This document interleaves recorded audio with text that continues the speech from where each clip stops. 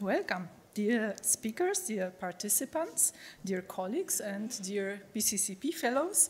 In the name of the WZB, Berlin Social Science Center, I'm extremely happy to welcome all of you to the BCCP Conference and Policy Forum 2024 on the topic of artificial intelligence, prospects, challenges, and regulation. It's so amazing that how quickly, actually, the artificial intelligence had become an integral part of our daily lives. So not so long ago, you would have received a postal letter, invitation for this event, and you wouldn't have to worry about our email landing in your spam folder because it was filtered through the AI algorithm. Or even worse, we would have tried to reach you on this old clunky rotary phone, do you remember such a thing? And you would even not know that we have called and invited you. Then, back then, finding the WZB Berlin Social Science Center would have involved a wrestling with this giant paper map. Now, today, probably you have just asked Google Maps or another navigation app to guide you here. And probably on your way here, you were able to read news tailored to your preferences, do some shopping very quickly, because also you got suggestions in line with your preferences, and you checked your stock market suggestions. So now imagine reading a physical newspaper, how outdated. Some of these developments might be worrisome if not handled with care, so in total, this is the topic of today's conference, and Tommaso in a moment will explain it in the more details. So I'm so happy that we are hosting such a great number of amazing speakers today. So let us leave aside those tempting discussions on social media for a while, and let us delve into a stimulating face-to-face discussions with real experts here on site. Thank you for joining us. Enjoy, and without further ado, let me hand over to my colleague Tommaso.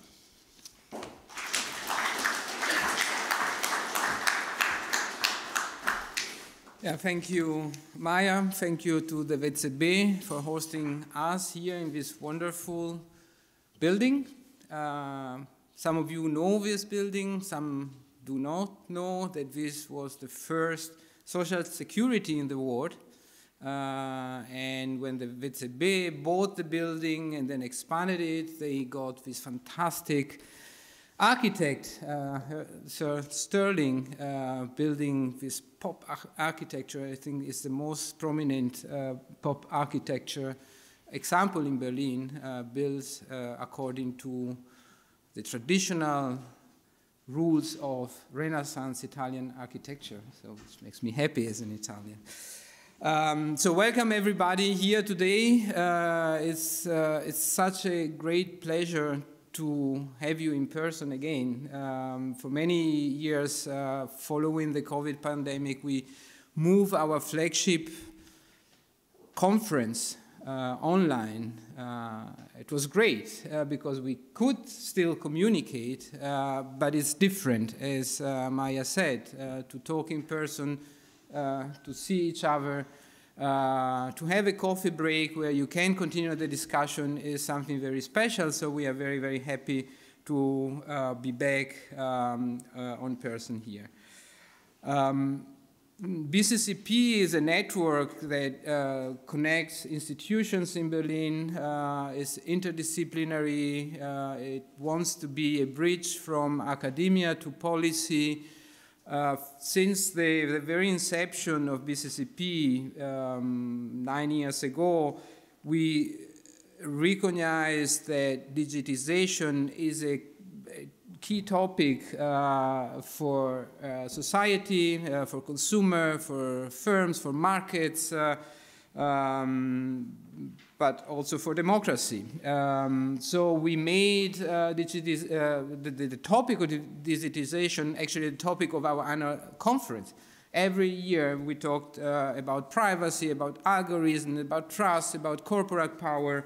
We talked about the DMA, and already in 2020, we had a conference on AI and the use of AI for policy making. So if you think, I mean, it was 4 years ago, it seems a different age. In 4 years, much has happened. Last year, there was this explosion hype on generative AI, large language model. Everybody is talking about GPT-4. Most of you probably use GPT-4. Actually, I use it regularly. I use it also to check my speech today that I'm not following. So thank you, GPT-4, for nothing. But we thought that that is a topic that is so central and so centrally debated that it's good to have an in-depth discussion in the tradition of BCCP about this issue. And what does it mean in the tradition of BCCP? It means interdisciplinary and policy-oriented. So I think it's very important to have a discussion now because things are happening. New legislation has been passed, especially in Europe. The AI Act can become a central piece of legislation regulating AI, not only for Europe, but for the world. It can be good, it can be bad. To design the right policy tool, we have first to understand what are the problems that we need to address, and then think how to design this policy in an optimal way. So I think this discussion are absolutely necessary. And as always, we are so lucky to have such a fantastic set of panelists coming from different disciplines, academic disciplines, from economics, law, medicine, ethics, computer science, you name it. And that is so important that these people that have different knowledge, competencies, talk to each other and try to make sense of this very complex phenomenon, which is AI. So before I conclude, I want to do two small remarks. The first one is very sad, but I want to do it anyway, and I hope I can do it nicely. 3 days ago, we were really shocked by the tragic news that a colleague of ours, Heike Schweitzer, unexpectedly passed away. It was shocking. Heike was supposed to be with us today to sit in one of the panels. Heike Schweitzer is one of the most prominent competition lawyers. She was a fantastic person, extremely knowledgeable, a great law scholar, but also somebody who had this gift to talk to other people, to understand our thinking, to engage in this discussion, and with a great ability to transfer this knowledge, this discussion to policymakers. So we are incredibly sad to have lost her, because people like her are so central and fundamental in these times to address these big questions. So we will miss her, and I wanted to remember her. So the second remark is more positive. Of course, every year I'm very happy to be here in front of you and addressing you, welcoming you. But this conference could not have been organized if Hannes would have not really pushed it together with me much more than me. And if we didn't have a fantastic team of people supporting us, especially Sibylle Kremser and Christiane Czech, who are outside, given that this is my last chance to speak to everybody, I want to do it now. And thank them very, very much. Thank also all the people who will help around this day. So generally we do it at the end, but I would like to have it now. So an applause for our support people. Okay, thanks a lot for this nice welcome, Tommaso and Maya, and thanks to the BCCP for having us. I'm happy to moderate this I think amazing panel of speakers, and let me just give a brief introduction of each of our speakers. I'm sure most of you are familiar with them, but I think there's some interesting backgrounds. And then each of them will give a relatively short initial presentation and discussion statement, and then we'll go into a discussion. And so I would like you to be maybe attentive during the presentations and already note down some questions, because I would really like to make it interactive with the audience.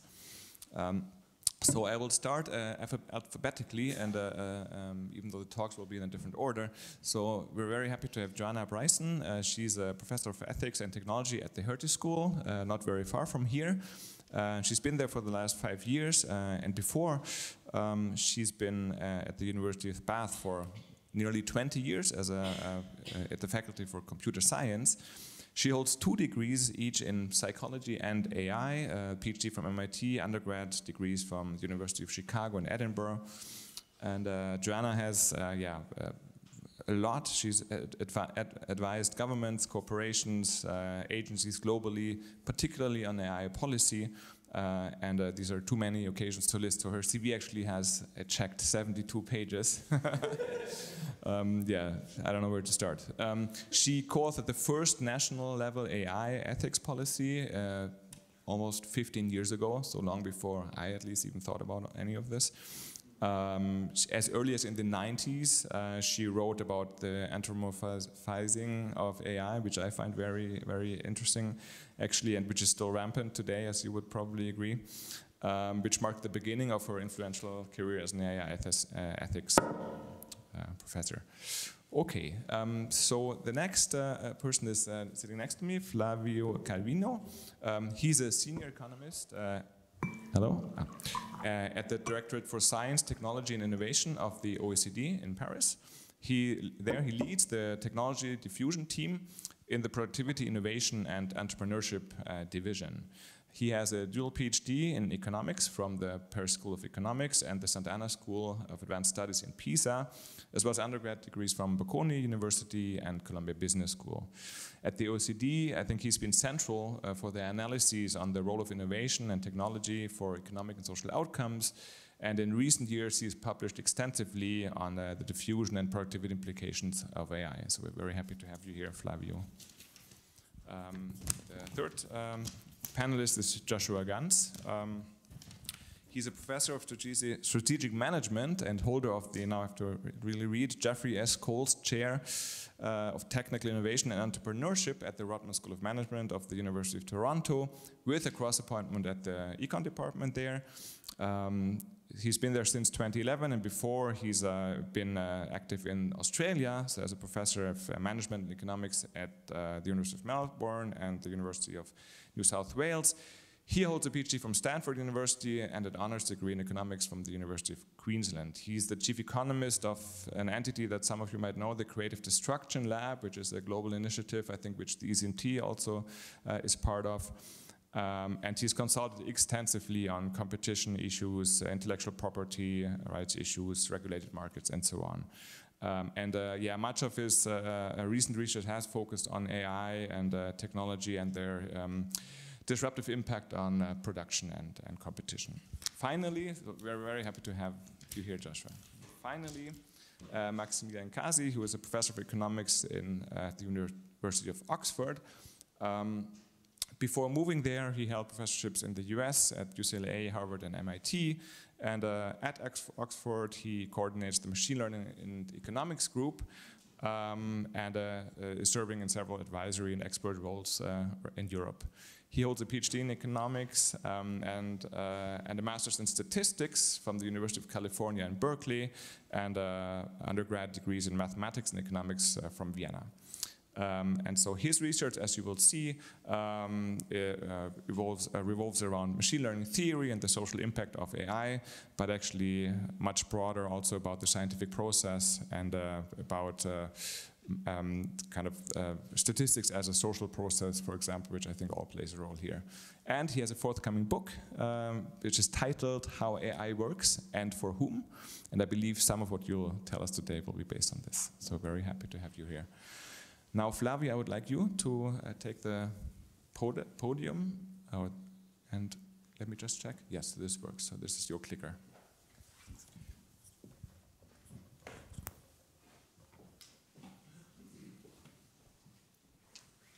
Thank you very much again for the invitation. While waiting that slide load. You can click. Just click. Okay, great. I see. There you go.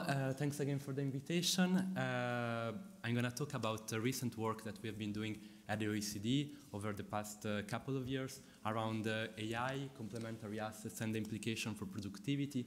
And just a usual disclaimer, this reflects my personal view. So let us start by emphasizing that we are all here. We know that AI has a strong potential, is rapidly transforming our economies and society. It is often considered a general purpose technology whose application can boost the productivity of adopters. However, since nowadays, there is still probably little empirical work that has comprehensively analyzed the patterns of AI diffusion across firms, especially at the international level, beyond the United States, and exploiting comprehensive microdata. Although this would be crucial to better understand how to leverage the potential of artificial intelligence, the potential of digital transformation, and what are its implications for the economy. So I'm going to talk about today a set of 5 different analyses, 5 different papers that we have been carrying out at the OECD together with the team of co-authors that are listed in the slide that explore the diffusion of artificial intelligence from different perspectives using different sources of microdata across a wide number of countries. And we're going to focus first on skills, so on the demand for AI-related jobs and what are the trends around this, so taking a little bit the skill perspective. Then the second perspective we are going to take is related to the technological base. So what are the technologies at the core of the AI revolutions using patent data? The third paper is about market, and in particular at online presence. So we're going to look at firms that mention AI-related keywords in their websites and characterize them a little bit, see who they are, what activity do they do. Then the fourth analysis merges together these 3 different sources, these 3 different types of AI adopters for one country, combining those with balance sheet information to look at the characteristics of different types of users, of adopters of artificial intelligence. While the 5th project is going to be looking at ICT surveys, so official microdata, official surveys carried out by statistical offices across countries to explore the link between the use of artificial intelligence and productivity. So let me start from the first analysis. This is going to be about skills.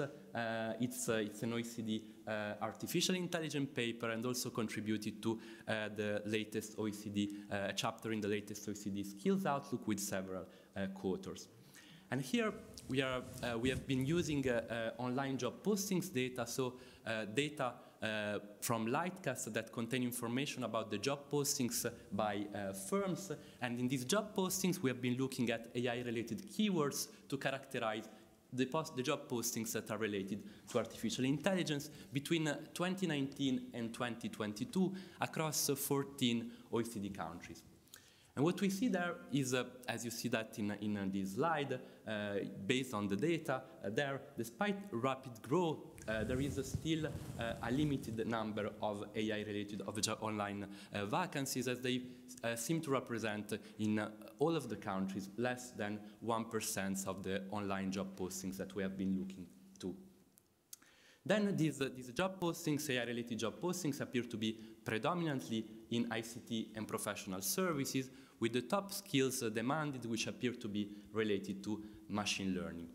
Then in the analysis, we zoom in on one country, the United States, and we distinguish different types of firms that post AI-related jobs, distinguishing the leading firms, the top players that are those that post the bulk of AI job postings vis-a-vis other firms. And there, in the US, we see a consistent demand for socio-emotional, foundational, and technical skills among all AI employers, but these leading firms, the top AI employers, seem to have a higher demand for AI professionals combining technical, leadership, innovation, and problem-solving skills, underscoring the importance of combining, yes, technical skills, but also other types of skills that appear relevant in this context.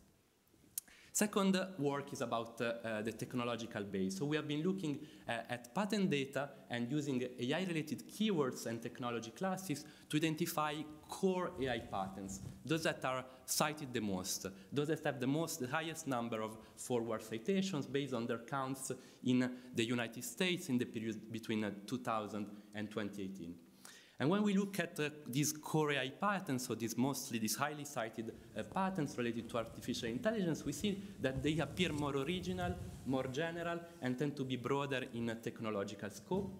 We see that the topics that appear in these patents are related to robotics, computer image vision and recognition and detection, although more recently these have become related to autonomous driving and deep learning that recently become more prominent, as you see in the figure that shows the most recent period that we have been studying.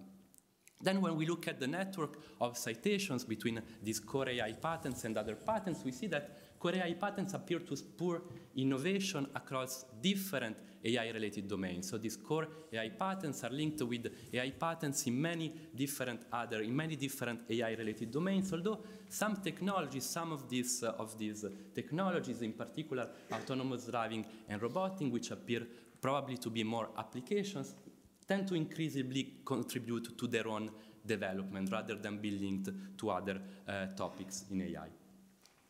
Then the third stream of work is about market and online presence, and here we have been looking at firms and universities actually that mention AI-related keywords in their website based on Glass AI data focusing on 4 countries, Canada, Germany, the UK, and the US. And here, where we look at these companies, we see that they tend to be young and small, mainly operate in the ICT sector, and they probably are those companies that, by mentioning AI in their website, have more AI at the core of the business. You see in the figure some of the activities that these companies carry out, and these tend to be, in many cases, related to data analysis, to the provision of specialized services, such as cloud computing-related services. Then we zoomed in also on universities a little bit, and we see that universities with AI-related online presence, they appear to be concentrated in and around large cities, and they tend to have a similar degree of AI intensity. They tend to offer many different programs to a similar extent. Then, in a fourth paper, we have been combining these 3 different sources of data. So the skill side, the patent side, the innovation side, and the online presence side, for one country, for which we were able to match all this data together with the firm financial information coming from firm-level data from Orbis. And here, this allows us a little bit to combine and look at different types of AI adopters and look a little bit at their characteristics. Here we see that a significant share of AI adopters is active in ICT and professional services, and is located in the south of the United Kingdom, in and around London. Then when you start differentiating and distinguishing between these different types of adopters, those that are identified through innovation or through the web, the keywords in the website, or to AI talent, you see some heterogeneity. And here in the slide, we see the figure about the sectoral heterogeneity, where we see that those that are identified, the AI innovators and those that have AI at the core of the business, seem to be more in the ICT sectors, while firms that hire AI talent seem to be more widespread across sectors, possibly pointing to some general purpose nature of artificial intelligence. Then we see that adopters tend to be highly productive and larger than other firms, and that young adopters tend to hire AI workers to some extent more intensively. We also explored the link with the human capital, and we see that human capital appears to play an important role, not only for AI adoption, but also for firms' productivity returns. And as I said, we see significant differences between different types of adopters, also a coexistence between young, small, and older, large adopters. Then the final analysis, the final work I wanted to talk about in this initial talk is based on ICT surveys across 11 countries. The key challenge here is the confidentiality of the data, of the underlying data, and what we have been doing at the OECD is developing a statistical code that basically is developed internally and then distributed to a network of project participants in statistical offices or research institutions. So it's always the same code that runs on the confidential microdata, the ICT surveys, that are very representative of the economy and allow us to look at the characteristics of firms that use AI and the link between artificial intelligence use and labor productivity. The project is called AI Diffuse. It covers 11 countries, 11 OECD countries. And what we see there in the analysis, again, is that the use of ICT is prevalent in ICT and professional services and appears to be more widespread across large firms and also to some extent across younger firms.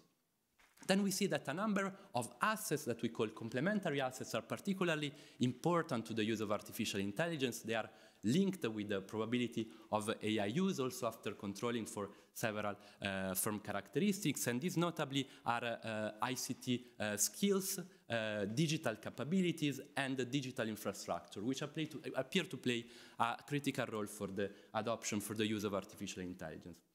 Then when we look at the links between the use of AI and the labor productivity, we see that AI users tend to be more productive than other firms, especially the largest ones. Although these productivity premia do not seem to reflect the use of artificial intelligence alone. So here you see in the slide the relation between AI use and labor productivity across most of the countries that we see after controlling for a number of confounding factors such as firm size, age, when available, or industry. And you see that in most countries the link between AI use and productivity is positive, but when we start controlling, taking into account into the analysis these complementary assets, the role of ICT skills, digital infrastructure, and digital capabilities, we see that the productivity premia of AI users tends to significantly reduce. And this suggests that these complementary assets appear to play a critical role for the use of artificial intelligence, and that the productivity advantages may be related, at least in many cases, to the selection of some more digital, more productive firms into the use of artificial intelligence. Then I won't have the time to elaborate more on this in this initial talk, but then we also carried out some follow-up analysis that allow us to distinguish developers of artificial intelligence, so those firms that carry out, that develop AI systems internally, vis-à-vis those that buy AI systems from external providers. And there we see significant differences in that respect and in the links and the role of complementary assets. So I hope I was not too long. Just the final slide with some key takeaways and implications, just to wrap up a little bit what I was mentioning earlier. We have looked at in different ways at AI diffusion, looking at microdata, different types of microdata that allow to look at in a different way to the phenomenon of AI adoption and the firm characteristics of who adopts AI at the international level, as well as the role of key complementary assets, as well as the links between the use of AI and productivity. We saw that although growing, the demand for AI-related online vacancies appears to be still limited. We saw that AI use is prevalent in ICT and professional services and more widespread among large and to some extent among young firms. We saw AI users tend to be more productive, and the key role of these complementary assets, of skills, of digital capabilities, digital infrastructure, which appear to be significantly related to the probability to use AI and to play a critical role for the link between AI use and productivity. We saw that relevant differences emerge when we consider different types of AI adopters, for instance, the innovators, those that have AI in their website, to those that hire AI talent, or as I was mentioning, those that develop AI internally, or those that buy it from external providers. And in this context, this evidence provides some evidence-based suggesting that policymakers can play a critical role to foster an inclusive digital transformation in the age of artificial intelligence. And in particular, the evidence here suggests that boosting skills, digital capabilities, strengthening the foundation of digital infrastructure and skills may be beneficial for an inclusive digital transformation in the age of AI.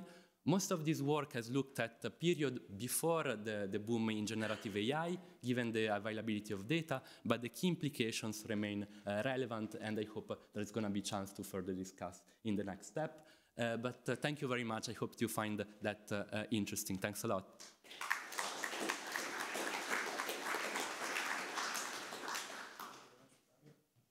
So Maximilian Kasi, would you step up? You could just keep clicking, exactly.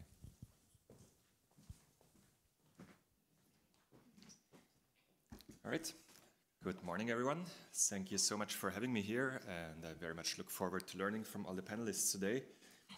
What I want to do in my 10-ish minutes here is to give a kind of fairly abstract, high-level overview of how I like to think about kind of the issues around the ethics and politics and regulation of AI. And so here's the 5 points I want to make. I'm going to start with the question, what is AI? Which I guess we often take for granted, but which, at least to me, is far from obvious what we mean by that. And that has changed a lot over the recent years, what people think of when they think of AI. And I'm going to argue kind of as a high-level unifying characteristic is that AI is about systems that maximize some measurable objective, right? Solve some decision problem. In that context, when a lot of discussions about AI ethics, AI safety, regulation of AI tend to focus on the question of optimization errors of some way or another. So it's kind of a perspective that makes a lot of sense if you come from a technical background, if you spend all your time kind of solving optimization problems and fixing optimization errors, and that's what you think of. And so that has informed a lot of the discussions, I think, of what might go wrong with AI. What I want to argue, though, is that while such optimization errors might happen, typically, I don't think they're the first order problem that we're facing, and instead, more often the issue is not so much that we made a mistake in maximizing the objective, it's the question of what objective are we maximizing, and the fact that there are social conflicts around that. Different people want to optimize different things. What's good for one person is not necessarily good for another person. And so if that is the issue, if the issue is the question of what are we optimizing, then that raises the question of who actually gets to choose what's being optimized. And here I would argue that it's typically chosen by those who control the inputs into AI, or what I like to call the means of prediction. So things like data, compute, energy, expertise. Control over these resources determines control over AI in our society. And then kind of how do we bring together what we might care about as a society, what we think of as normatively desirable for AI, with what's actually happening. I would argue we somehow need to align who's choosing the objective functions with those who are actually being affected by AI.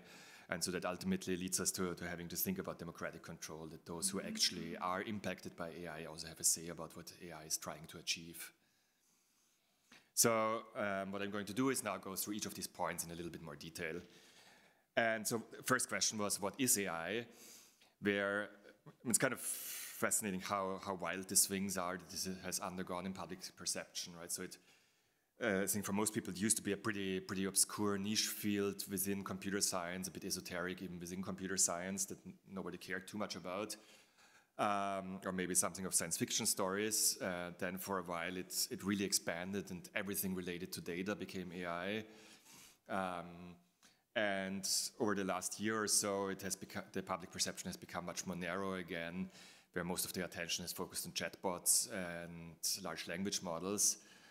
What I want to do here is kind of take a bit more of an intermediate stance in line with kind of classic textbooks about AI, which again say that AI is about solving decision problems at the end of the day, or the construction of rational agents, as the lingo goes, where rational agent, as in this textbook definition, is something that maximizes a stream of rewards and minimizes a stream of losses. So basically tries to optimize some measurable objective. That includes large language models where the objective is just to essentially predict the next word on the internet in a given text, but it includes also many other applications that are not necessarily covered by these large language models or general purpose AI, and that tend to be very socially consequential in different contexts. Things like newsfeed selection, whether in social media or search engines, online pricing, who gets to pay how much for what, questions of hiring, the use of algorithms by HR departments to decide whom to invite for a job interview, questions of school admissions, or in ongoing wars, the questions of which households get bombed. So all of these are obviously pretty consequential for those being affected. What are the problems that can arise if AI is used in these consequential settings? Again, one perspective, which I would argue is the dominant one, is to say that it's about somehow optimization errors for some reason or another. And that kind of permeates the various different debates about the ethics and social impact of AI. So one of these debates is about algorithmic fairness, bias, algorithmic discrimination, where typically bias is framed as, again, an optimization error, a deviation from profit maximization, kind of mirroring the old notion of taste-based discrimination in economics. So a kind of prototypical example would be like a hiring algorithm that maybe hired a man instead of a woman, even though the woman would have contributed more to profits. And another way of saying the same thing is that profits could have been higher if the algorithm had hired the woman instead, right? But there's kind of this funny slippage going on here, moving from a concern with the well-being of disadvantaged groups, but that gets then translated into a concern with have profits being maximized. And that really permeates a lot of these discussions about bias. Or another big one is all the discussions about value alignment or the coming robot apocalypse. So that's something that people in Silicon Valley like to talk a lot about. Where again, value alignment is conceived of as a failure to maximize the correct objective in kind of a battle of man versus machine. So kind of the classic example by Bostrom here would be something like the paperclip maximizing machine. And the machine maximizes paperclip production, even though humans don't need infinite paperclips, because again, the objective was slightly misspecified here. But instead, I would argue that more often than optimization errors, it's questions about what is being optimized that are kind of at the core of social conflicts around AI. And those conflicts can be kind of different reasons. They can be distributional conflicts, so kind of thinking about how is the cake distributed, who gets what slice of the cake. They can also be value conflicts, what kind of cake do we even want for society. And so applied to these two example debates here for algorithmic fairness, if we think about these distributional questions, then it's kind of who wins, who loses from algorithmic decisions, right? If we introduce, for instance, some new hiring algorithms, which groups benefit, which groups lose? And that's a very different question from asking, did the algorithm maximize profits? And often leads to opposite normative conclusions. Or similarly for value alignment, I would argue typically the conflict is not, like in Space Odyssey or Terminator or whatever, the man versus machine conflict, but instead it's about different humans wanting different things. So for instance, if social media feeds maximize ad clicks, kind of a much discussed example, and then we might be concerned for good reason that has negative impacts on democratic debate, the public sphere, or mental health, with like teenagers chasing likes and online popularity, things like that. That's not, I would argue, an optimization error issue. It's an issue of what's good for maximizing profits from ad clicks is not necessarily good for public debate or mental health or other domains we might care about. So if the issue is who gets to choose the objective, then who actually does get to choose the objective? A key determinant in our society is who gets to control the resources that go into building AI in all these various consequential domains. Key resources here, which I think are, each of them we could talk a lot about. They have different characteristics in terms of who controls them and how concentrated control is. But I think the leading ones are data, compute, expertise, and energy. And so there are a lot of contests going on who controls these, like all the questions of intellectual property rights, kind of the subsuming of the creative works of others into these foundation models and so on. Compute extremely concentrated right now, the production of chips that are necessary for modern AI. It's basically all NVIDIA at this point, the chip company. Expertise and energy maybe a bit less concentrated. A lot of, maybe it's a bit of a caricature, but I think a lot of discourse about the ethics of AI is essentially telling engineers to be nice. And I know a lot of discussions around reforming curriculum for computer scientists and so on. And I think there's some role for that, but I think there's also severe limitations for that, because if you have engineers that work in profit maximizing corporations, they have only so much leeway changing the objectives that are being optimized. Maybe there's some wiggle room at the margins, but by and large, there are objectives that are determined by their employers. And so rather than asking people working within these institutions to somehow change their ethical behavior, I think we have to think about how we shape the objectives of these institutions and the corporations in particular. And to do that, we have to think a lot about, I think, a discourse about ethics of AI addressing not just those closest to AI in some sense, the engineers working in these corporations, but thinking about all kinds of social actors that have some leverage and that might be impacted, anything from unions and consumer advocates to the media to people in regulation, the courts, policymakers, and so on. So there are many different agents that could be an audience for discourse about the ethics of AI and not just technicians. So if we think of these questions of like the ethics of AI or the social impact of AI as questions of aligning the objectives of AI with what we care normatively about for society, then that obviously raises the questions: how can we bring these two closer to each other? How can we bring the objectives maximized by AI more in line with what we think of as desirable for society? And I would argue that a high-level answer to that has to be that, again, those who are impacted by the decisions have to have a say about what the decisions try to optimize. How do we get there?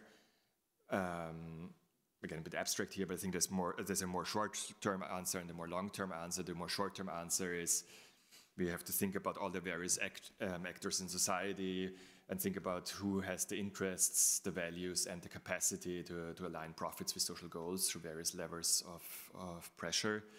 In the long run, we have to think about how to create legal frameworks in institutions where people actually do have a democratic say about decisions that impact them.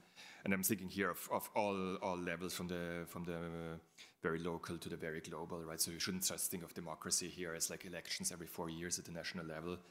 It's everything from the shop floor to global decision making. And yeah, so a bit of self-advertisement of this book that was already mentioned. It's forthcoming next year, and kind of similar ideas summarized in this handbook chapter. Yeah, gives a bit more detail around what I was just describing. And I'll stop here. Thank you.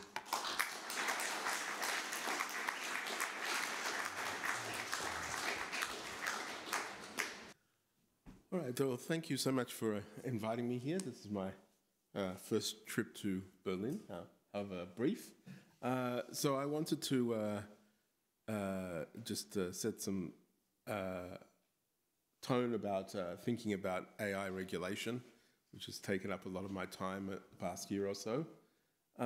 There's this, it was already alluded to in the previous discussion, that around Silicon Valley, AI is really odd.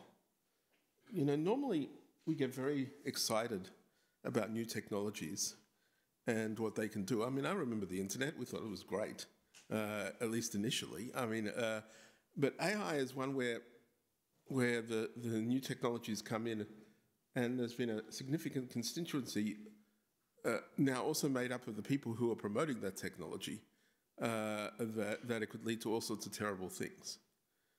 So it's like from the perspective of someone like me who thinks about the economics of innovation, it's really weird. It's a really strange thing to see this new innovation coming in, and yet to be so many people worried about it to this level. I know that's not unprecedented in history, but it's been a strange time. And so one of the things they go around in Silicon Valley talking about is they ask people what their P-doom is, the probability of doom. Actually, it's more like this. And the discussion is, basically in the next 30 years, what is the probability that, AI will kill us all, or some other version of it? And the probabilities, by the way, are really high. Like anything other than 1% would be completely alarmist, but people like 15, 50%, something like that. Either they don't understand probabilities or they're very, very worried. But so it's hard to know. But that gets discussed a lot. And, basically, there's this kind of a concern going on. And so the reaction to that is, well, look, if the probability is that high, and I think we could all agree if we're all going to be killed, we probably shouldn't do this. That would be the thing there. And, the less alarmist version of this is like, oh, well, there are these concerns, and we should engage in what would be called the precautionary principle. Let's try and work out what the real probabilities are before we launch into this, is sort of the what's being pushed.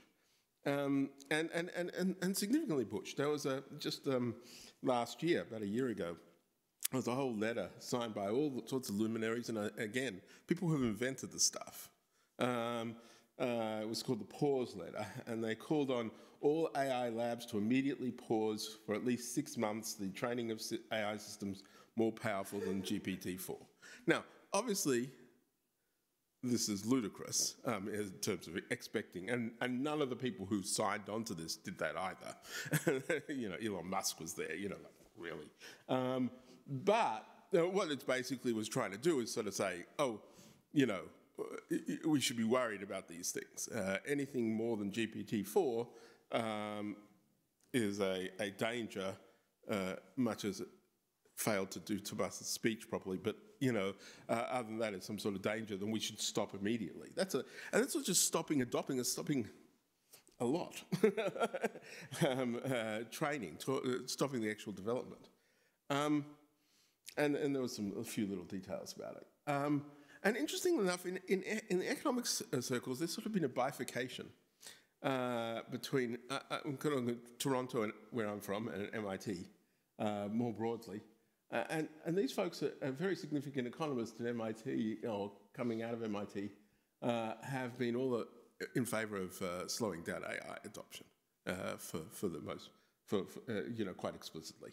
And yet the folks at Toronto, including my colleagues, have been basically very gung-ho about it. Now, one of the reasons for that is at Toronto, we've spent all of our AI experience is with AI startups, whereas at MIT, the experience is with thinking about how AI is leading to automation. And so there's some of that different basis going on there. But really has emerged this way. So you've got people who I regard as sensible coming to very different views. And the view of the sort of Toronto school, if I may, is that, the precautionary principle, there's another side to the precautionary principle, which is, of course, look at all the great things that AI is able to do. And it's not simply a saying, oh, we should pause for 5 or 10 years and not have these things. I mean, look at the top one there. There's AI systems to prevent toddlers from drowning. So, we start to ask the question, well, how many toddlers do you want to drown for whatever concern you want to delay and learn about for the next 10 years? I'm thinking very few. And there's a whole lot of ones like this. And that's why, this doesn't seem like a thing we want to delay. And, regulation itself has its trade-offs. And there's a few books, privacy regulation, as we've seen, has had all sorts of costs associated with it that were not part of the original intention of those laws. And in healthcare in particular, these things have been binding a lot, and they're binding with AI. There's a new book where we outline those challenges to it. And it's, since healthcare is the one where we agree upon AI can do the most good, the idea that regulation is already slowing it down to a huge degree is a concern. In many respects, let me just try and just present a very brief framework to trying to think about this speed of regulatory intervention question. One issue is, of course, what are the identifiable harms? You know, if we know that something is harmful, we then have the basis for regulation to stop it. Chlorofluorocarbons led to the ozone hole, we stopped it. Anti-knock petrol led to leaded petrol, led to lead pollution, we stopped it. Took a while, I'm not going to argue with that, but once we found those things out, by the way, both of those invented by the same guy, so interestingly enough, but you know, when they become identifiable, we stop it. So we're going through this in copyright. What are our copyright concerns with AI? We're sorting that out of what those issues are. We have discussions about automation. People can talk about that to different degrees. Identifiable things. What's the magnitude of it? Should we slow it down or not? Surveillance has come up quite a lot in the discussion of AI leading to it. Most recently, in regard to Microsoft building it into the Windows system. Cheating, very important in the education sphere that I'm in. How much is it a problem? Again, what are the interventions we can use to stop that? Deep fakes getting discussed about. People are coming up with solutions for those sorts of things. Market concentration gets a lot of discussion. The sort of feedback loops that could lead to consolidation of power. Are those real or not? Cybersecurity, huge potential use of AI, again, already regulated.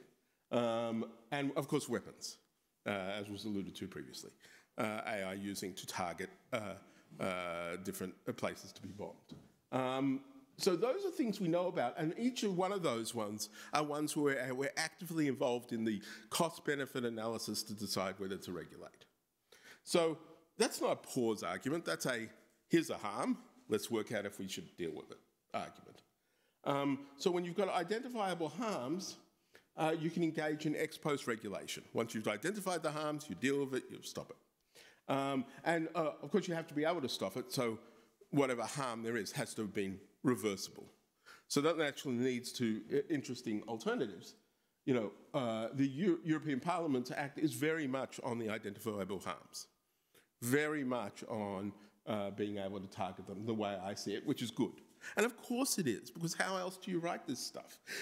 How else do you do it? So we don't know about the cost benefits, but we have some time to work them out. These things are always, after the fact, a little slower if we decided to stop them than they are, but that's just not an issue. The big issue that sort of leads to the pause later, of course, the unintended consequences, the stuff that we don't know. You know, and all technologies have led to that. All those previous technologies, the original identifiable harms were only identified after you used the technology. So there are things, and there will be here too. I just don't know what they are. And if you don't know what they are, the only instrument you have to stop them is to stop the whole adoption of all the technology, the whole thing.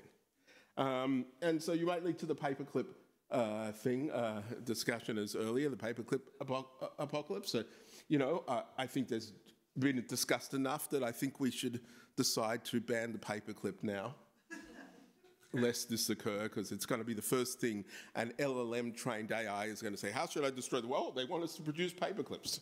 We've already let that one out of the box, so we've got to take away the paperclip means. So what happens if you've got unintended consequences, but you do something now, and you'll never be able to change it thereafter? That's what the paperclip story is. We'll start making paperclips, and all of a sudden we're dead, right? That's reversible. It was unintended, and it was irreversible. Now, in those situations where you're worried about those things, or if you're worried general about that, you try to learn. And the way you learn is you don't release these things everywhere. Initially, you do it on a small scale. You try and learn things about it. And I mention that because Europe is particularly poor at thinking about small-scale policy interventions. The GDPR that I learned about, that we mentioned earlier, Europe-wide, worldwide policy experiment that no one else has adopted, okay, because of the costs outweigh the benefits. Well, not with the destruction of the small businesses. And I haven't seen all the accept, reject things. Okay, I'll wait till my Yeah. My point being on that is, if you're going to do those sorts of things that have potential costs, don't experiment at the level of Europe. Pick some small countries, Australia, New Zealand, Luxembourg, right there, right here, to be able to do these things first, in order to work out those sort of things. Why massive policy experiments are just as dangerous in terms of unintended consequences as not doing it. So it really does favour thinking more about small-scale developments. And you hear these AI, and a lot of the countries are adopting these things very broadly, trying to think about the regulation of AI, but not thinking about how to learn properly. So how do you think about preemptive regulation? There are also these other situations where you've got unintended consequences that are reversible, or identifiable harms that are irreversible. I can elaborate on some of those a little later. Copyright is one of these ones where I think there's a mechanism to, I'll skip over this, to be able to learn about the harms as part of the mechanism. But the other thing is, of course, every unintended consequence you want to make into identifiable harms. It's easy to deal with. Anything that's potentially irreversible, the policy response is to make it more reversible. And there are various things in some of these domains that we can be thinking about that. And a lot of the AI safety literature that was discussed earlier is all about putting safeguards into the AI that don't stop its adoption, but allow us to reverse some of those consequences. Sometimes they talk deliberately about off switches, but there are other coding mechanisms for that as well. And I think misinformation is one of these areas where we could preemptively invest in those things. I have some books. Thank you.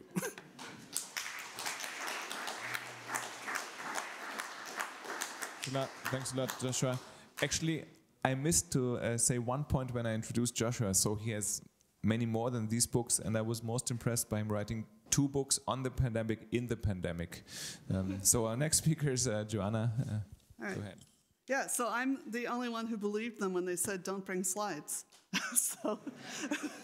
So sorry, you're going to have to listen to me. Don't space out, because I'm going to be mean.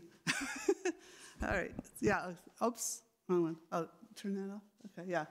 Yeah. I don't want to give him credit for my ideas, right? No. I want to say, first of all, with respect to this MIT versus Toronto thing, the same thing I said when the pause letter came out. Who wants you to pause? The people currently in the lead, right? So Toronto are the disruptors, MIT is the old guard. Then I think that explains a lot of what just happened there.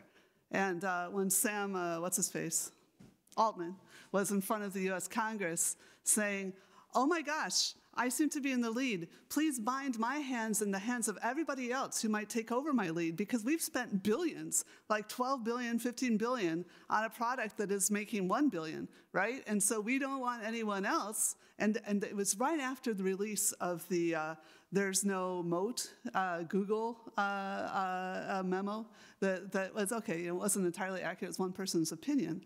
But basically, small companies with small amounts of data were providing everything that anyone really needed for zero money or very little money. And they're saying, who is going to pay for this stuff, right? So I really want to say, if you want to see the GDPR harms and the harms to the EU, I shouldn't even say harms in square quotes. There are some beautiful papers that are a lot more recent than 2020 about this. The GDPR seems to have absolutely benefited the EU's digital economy. And those are 2023 papers, 2024 papers. I just retweeted them for the conference I was at yesterday. So if you look at my Twitter, you should be able to find this saying, oh, re-upped for this meeting. And last year was the first year that there were actually more tech talent moving from the US to the EU than the other direction, which is really exciting, I think. Although notably, there's still more tech talent going from the EU to Canada than the other direction, but there's not that many Canadians. Anyway, all right, enough ranting. Let me get back on the talk I was actually going to give. Oh no, I'm going to rant about Max too. Contra what we just heard about optimization in AI, when I focus about AI, I focus much more on what the beautiful introduction by Maya went on about. You know, every aspect of our lives has been altered by these access to information, right? And it's not all about optimizing. Well, okay, if you're an economist, you can see everything in terms of optimizing. But when I think of some of the biggest harms, and I'll come back to that at the end, they really were not machine learning systems, right? So I don't know, yeah. I don't know my own handwriting here. Right.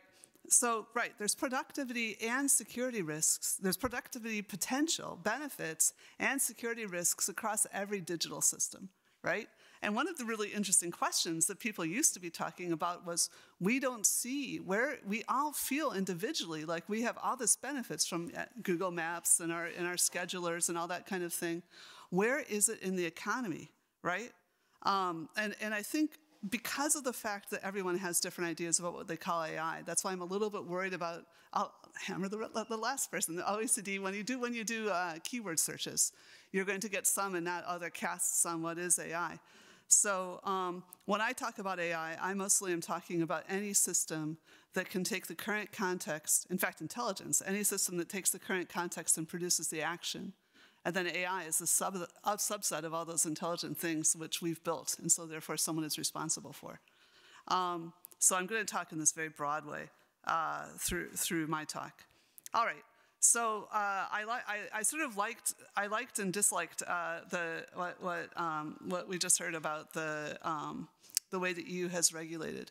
I feel like the EU regulation has come in very slowly, very carefully. The GDPR came in on the back of replacing large amounts of previous privacy regulation that was originally as a set of OECD principles from like the 70s. People in the 60s and 70s already saw the harms that could be done by having access to this data. Of course, we witnessed some of those harms in Europe in the 40s too, right? The countries that kept better records were the ones that had their Jewish populations wiped out more effectively, right? There's like, we've known about data harms for a long time. So the GDPR basically consolidated a whole bunch of 28 disparate privacy regulations, improved them a bit, and then basically blew wide open the digital economy for the EU. And that did indeed benefit some of the first movers, were some of the big American companies, but also massively benefited the digital economy. So countries like Greece and Austria that had previously had culture as their main economy, now the digital economy is their main economy, right? Lots of people are benefiting in these SMEs and things like that. So when I think about the GDPR, so mostly that was what the GDPR was about. It was about creating a large market. I was doing a lot of pro bono, ask me not why, pro bono work for Google at that time. And a lot of my friends, it wasn't just me, several of my friends, and multiple companies said this to me, said, oh, we're going to pull out of Europe as soon as the GDPR, starts. And I'm like, yeah, right. Right. But then afterwards, because I was still hanging out with cool people at Google, they said, oh, the GDPR is great. It's like a single API to 28 countries. And I'm like, yes, you know what the EU is? It's a trade bloc. You know what it tries to do? Increase trade. Why were people surprised by that? Anyway, there is this little bit of thing, though, that we again, coming out of philosophy, people had realized that personal data was a part of the persons, right?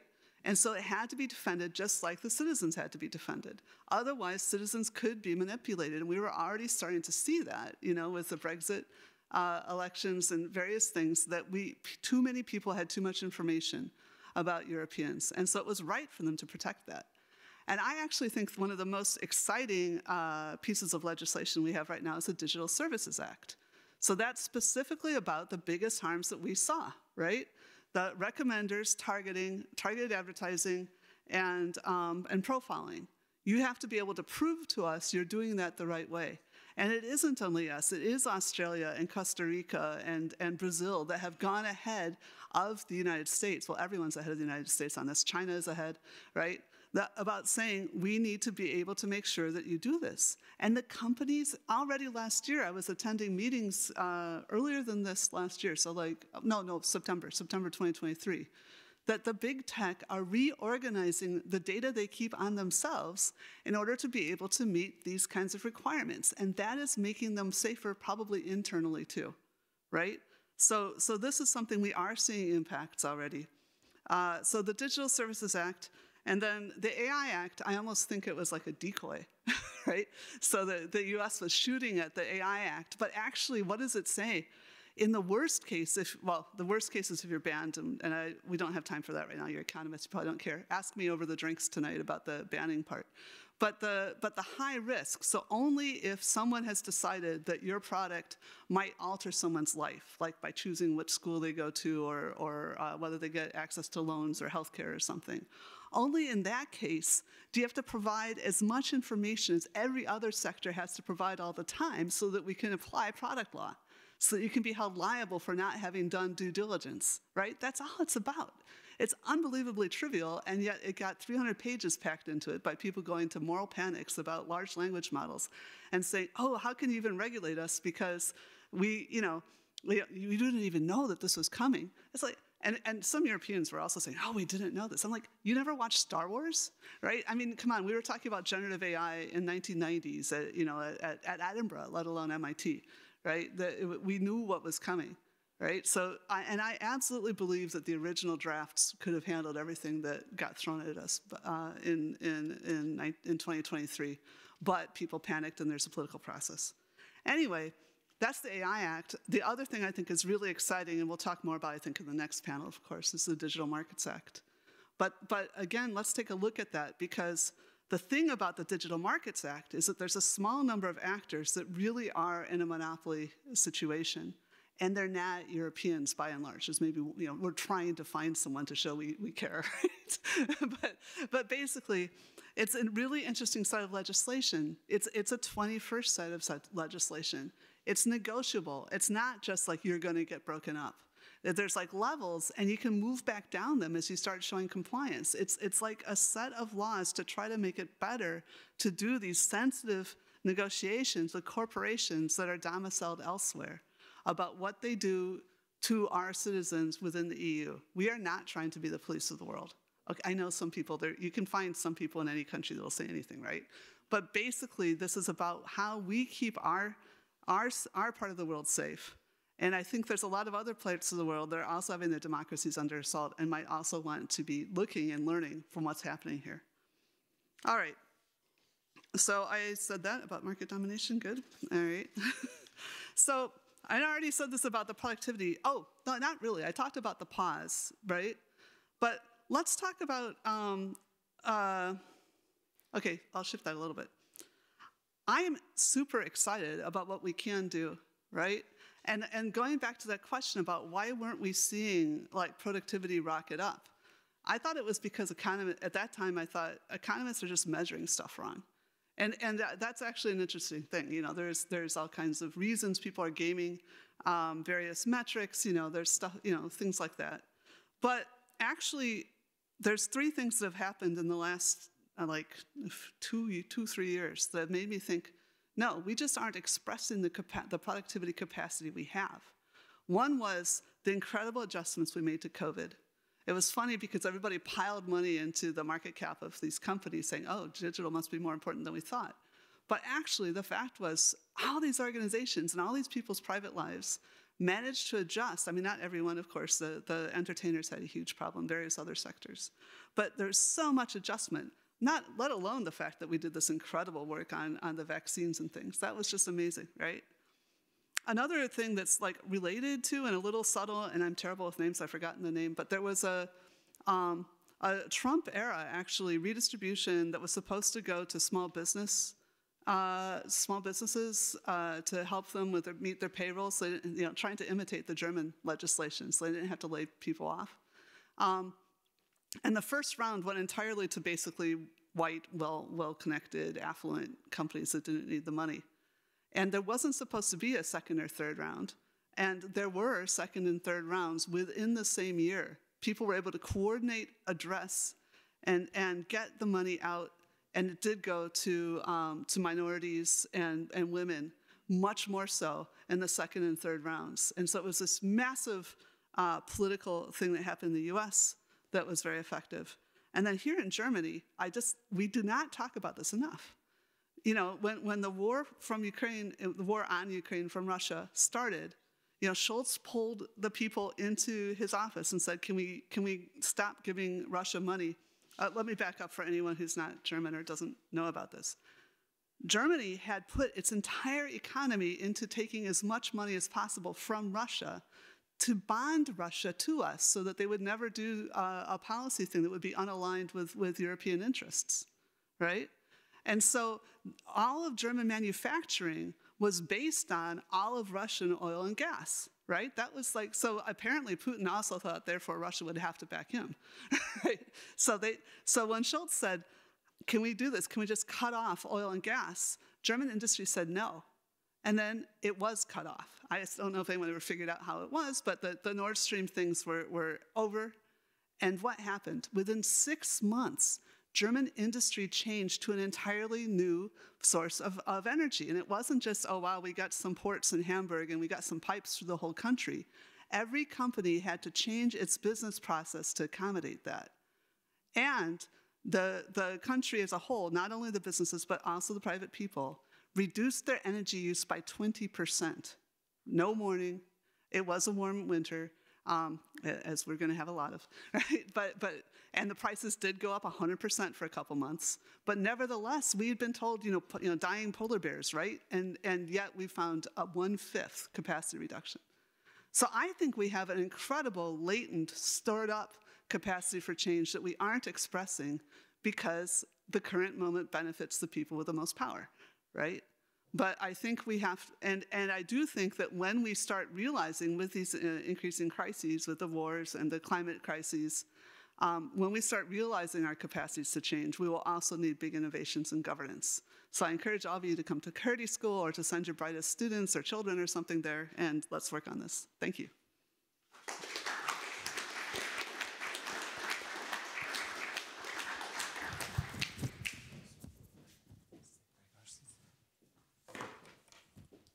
So, is it back on? Okay, thanks very much. I think those were super fascinating talks, actually much more detail than I thought you'd be able to plug into 10 minutes or 12 minutes. And it's difficult to say where to start because there was such a wide range, but I think there was also some very nice overlap. So maybe I'll start with a couple of questions and then see how we go along, and then we'll open to the floor. We have, from now on, we have 1 hour, so that's, I think, plenty of time. So have your questions ready. So I wanted to maybe take a step back from the later super interesting discussions and ask Flavio if you could elaborate a little bit more about, because this was also with the scheme of the conference, how a generative AI do you think would affect productivity or may already be affecting? Yeah, thanks a lot for the question. So as I was mentioning before, most of the analysis I presented relate to a period that was prior to the more recent boom in generative AI, given data availability. But there are a number of studies in the literature that have been more recently looking more specifically at generative AI and the impact on productivity, mainly at the individual level. So this literature basically is based on experiments. There are different groups of workers. One group is given access to generative AI, ChatGPT or others. The other is not. They are asked to carry out some tasks, and then the outcomes are compared. And the studies in the literature focus on different groups of workers. For instance, there's work focusing on programmers. There is work focusing on management consultants, on customer support agents, or on writing skills by mid-level professionals. And what typically this study find is that generative AI has a positive effect on the worker level productivity. They increase some measure of efficiency in which these groups of workers can carry out the task, the programmer writing code, the mid-level professional writing text, and so on. One interesting finding is in a study by Dell'Acqua and others at Harvard Business School. They look at management consultants, and they highlight a jagged technological frontier in the sense that generative AI seems to increase productivity of management consultants when the current status, when the task that is carried out is within the current abilities, capabilities of the technologies. When it's not, it doesn't seem to be the case, which make probably, and the other key findings that emerge from this stream of literature is, in some sense, the lower skilled worker appear to some extent to benefit most from generative AI in the way in which they carry out their tasks. Though, when combine this with the fact that the generative AI and the tasks that are needed to carry out need to be within the current capabilities of the systems, I think this underscores the importance of skills and to understand how to use the technology, when to use it, and for which purpose, and particular skills like critical thinking that may allow to leverage more the longer-term potential of artificial intelligence. I was talking a little bit more about the policy implication from our work about the role of skills.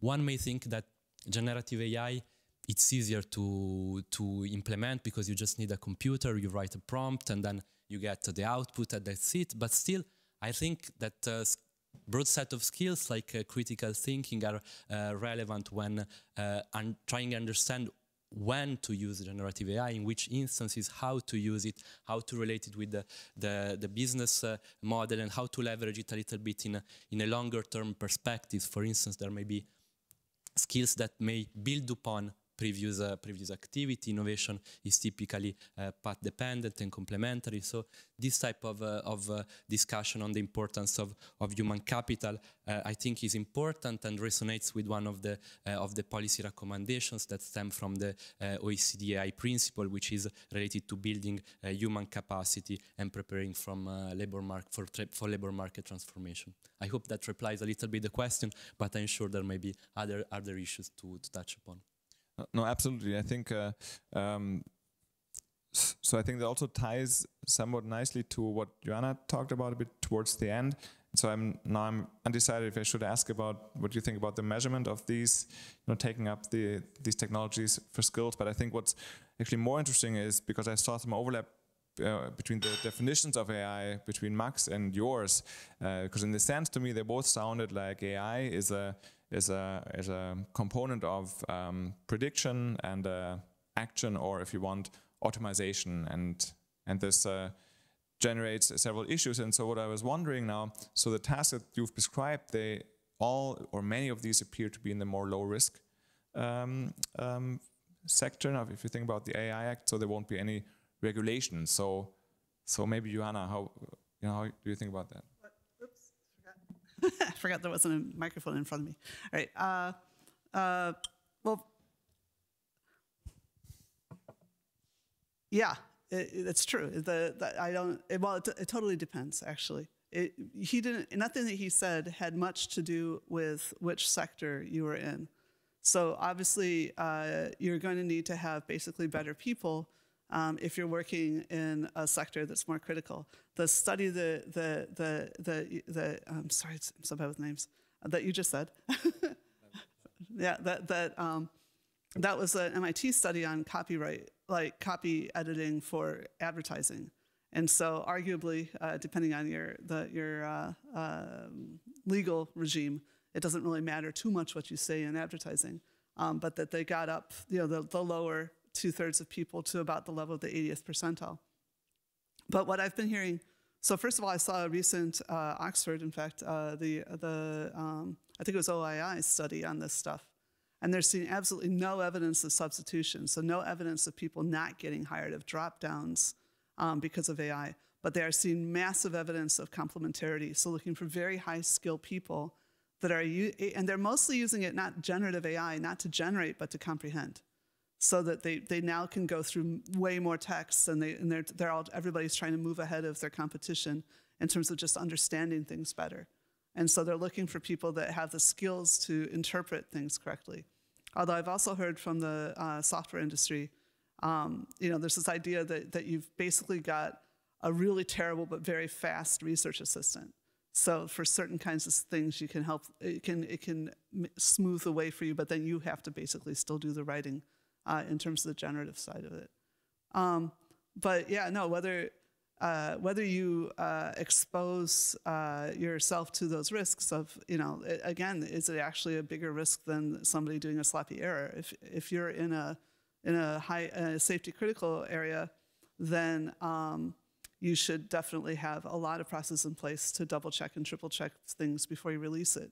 So that's much more about the processes. As I mentioned, most of the audits for AI in the EU for both the DSA and the AI Act are process audits. So it's, did you follow the correct process? Can you prove that you did due diligence? That's the kind of thing they're going to be checking. Thanks lots. So I do have a follow-up question on that, but I wanted to also ask Max a little bit here. Because when you talk about this, helping understand text, so that doesn't sound like an automation or a decision-making task, but of course, the way the information is gathered from text, somehow it depends on decisions that are implemented in the algorithm. So, yeah, so I'll get to that in a second. I just wanted to follow up first on this productivity point, right? Because there's a lot of discussion. Do these technologies impact productivity or not? Same as like earlier waves of technology, like personal computer, internet, and so on. But an equally first order point here is, I guess, this distinction that economists tend to make between average and marginal productivity, which kind of determines who benefits from potential productivity increases, right?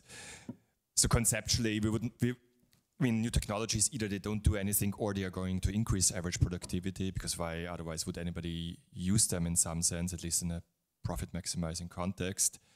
But it seems very undetermined by the technology, like what the marginal productivity effects are, which are what determines kind of who benefits, like which groups of workers win or lose.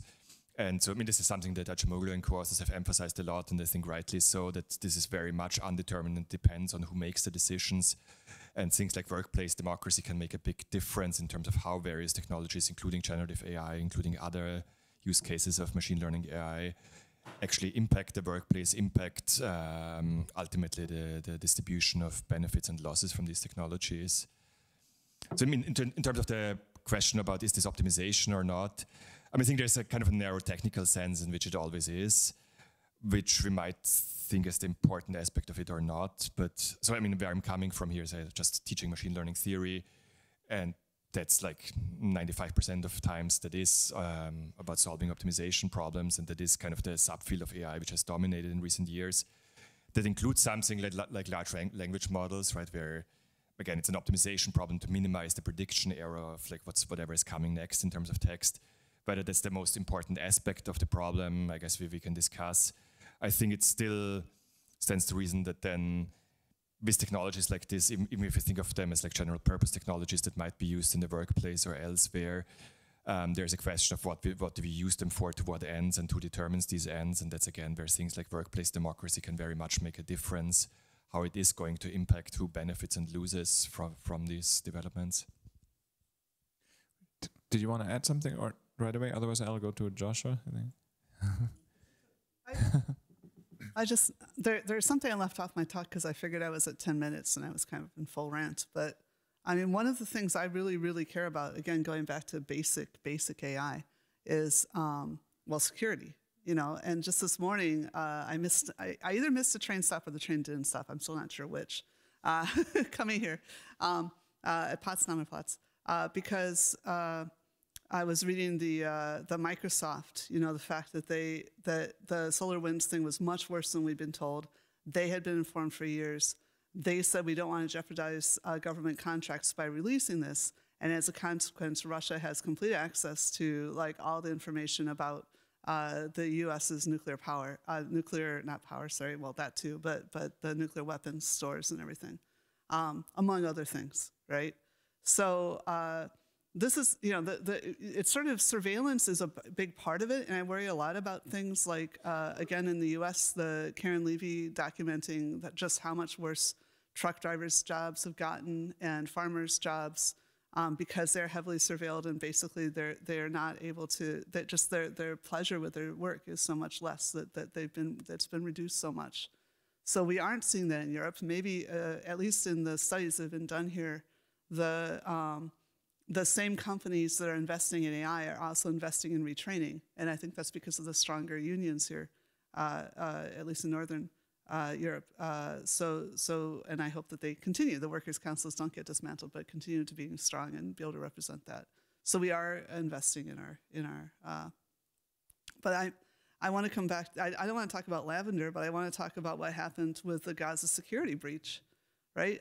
I found, again, another thing I'm really angry about is I found something online where I was saying to Eric Schmidt when I first heard somebody say, we don't want the military wasting their valuable eyes when we could just replace them with a few cameras. And I'm like, well, first of all, if you replace them with a few cameras, that's a single algorithm that is there, then becomes a weak point that people can be trying to target and figure out a way to work around. But secondly, one of the great things about militaries is there's a lot of people, and some of them are whistleblowers. You know, My Lai is not exceptional because it was the only atrocity that ever happened in war. My Lai is exceptional because a whistleblower took a picture, right, and tried to stop it. And we don't want to not have that opportunity. So I really worry, and that, again, machine vision, it's not machine learning, it's not optimizing, but it was, somebody thought it was okay to pull a lot of soldiers out of a place and just leave some cameras there, and it exposed us to a horrible security breach. So these are the kinds of things that I think are as much AI ethics as all, bias, I know I have a paper on it, whatever. It's a big deal, it alters people's lives, and maybe it matters more if 8 billion or 4 billion people don't have the same opportunities as the other 4 billion economically, but I also think we need to remember that these other parts of automation are also critical. Josh, did you want to add? Otherwise, I have a question that kind of links to that, which I would be interested in. Sorry, go ahead. So I understood that so we need a lot to do a lot of learning actually about the new technologies, as we always do, and maybe it's even easier to do with AI than before. But so I wanted to hear your opinion on what would you say how the current big AI developing firms. Because I don't know personally, so do you think they focus mainly on scaling their models, making the GPT-5, or do they, as several speakers have discussed, so are they aware of that product regulation in the end will play a very important part in what products they can market, and maybe then second, do you think this is the solution, we essentially use the product regulations we have to deal with consequences and maybe increase capacity in doing so? So yes, I think this relates to the part that Joanne and I disagreed on, which is about privacy, which is more your domain than mine. So I don't want to get into that. My point was on certain aspects of regulation. There's a benefit to trying it at small scale first before going to large scale, which unless you're integrating everything, you can. Yeah. Well, not with the. Yeah, anyway, doesn't. We had 28 privacy laws that we brought together. I'm thinking of particular domains, but that's okay. But nonetheless, actually, we agree on a critical substantive issue, which is reversibility. Every regulated firm or who's proposed a regulation always comes and makes two arguments as to why a regulation is bad. The first argument is that we can't do it. It's too costly. It's technically impossible. They pour out engineers and whoever say none of this is possible. And time again, from air conditioning standards all the way to other things, as Joanne already indicated, and we also saw this during COVID, is it turns out you can. It turns out it's much, much cheaper by orders of magnitude than what anyone was ever saying, and I've seen that time and time again. So I tend to discount those arguments entirely. Again, this goes to something important because it suggests that interventions, these things are reversible. And if they're reversible, the precautionary principle is not the thing we need to hold our heads on as much. The second thing that the regulated firms talk about as to why you can't do this is security. There is always a security argument. We can't do this because it will lead to something being less secure for someone. And of course they tend to think that, we're doing this, we seem to have a monopoly over this market. Think about how insecure if you let anybody supply products other than us, the trusted monopolist. And so you always see that argument as well. And once again, that is a complicated and nuanced issue, but you're seeing it again here with respect to artificial intelligence. And what's interesting here, and this goes to your question, is how the firms are treating some of these issues. Identifiable harms, the bias, discrimination, there's privacy, etc. And right at the moment, it seems to me, although there's no obvious data to back this up, but let me give you my impression, is that the largest firms are self-regulating. Now, I don't mean in a self-regulating in a socially motivated sense. I mean they're self-regulating because of a branding issue. So we saw this with the release of Google's Gemini just a few months ago. Doesn't take long for people to find embarrassing things going on with any of these models at scale. This is just the thing that occurs. It's just so easy to do in the current environment where the firms themselves are largely responsible for this, of creating expectations of what this technology can do. But ultimately, the current models of AI, they're all prediction machines. That means they're all governed by the laws of statistics, and the laws of statistics mean you usually do not get perfection because that's the world. And so there'll always be those holes. So what that means is, I think in a lot of domains that the firms themselves are now slowing everything down and are moving at a more cautious space. And that's one way to read about what Apple has been doing. Apple, until last week, was, oh, they're so hopelessly far behind, they'll never catch up. And then they make a few announcements, and they're not huge things when you think about it for a second. It's not like any of the announcements of Microsoft or Google or OpenAI. They're like, we'll sort your email for you, type things, or allow you to generate some very restricted pictures. They do that, and all of a sudden now they're 10% increase in market value on an enormous company, which just, when you think about it just for a second, it's ridiculous. But because no one knows anything about what they're doing. And I think there's a lot of this holding back. There's a lot of self-censorship, and the thing and it's to protect the brand. Whereas if you think about startups, well, they don't have a brand. So they're going gung-ho into a lot of these areas. And if they have an embarrassing thing, no one notices. It's good news if even people notice. Sometimes they notice and it's an issue. But it's like, that's where we're getting experimentation. So I kind of feel that the system itself and some of these things is slowing itself down for the normal ways that we think that it does. That is, lack of competition and other stuff like that. So I guess, I've now rattled on so much, I've forgotten what your original question is.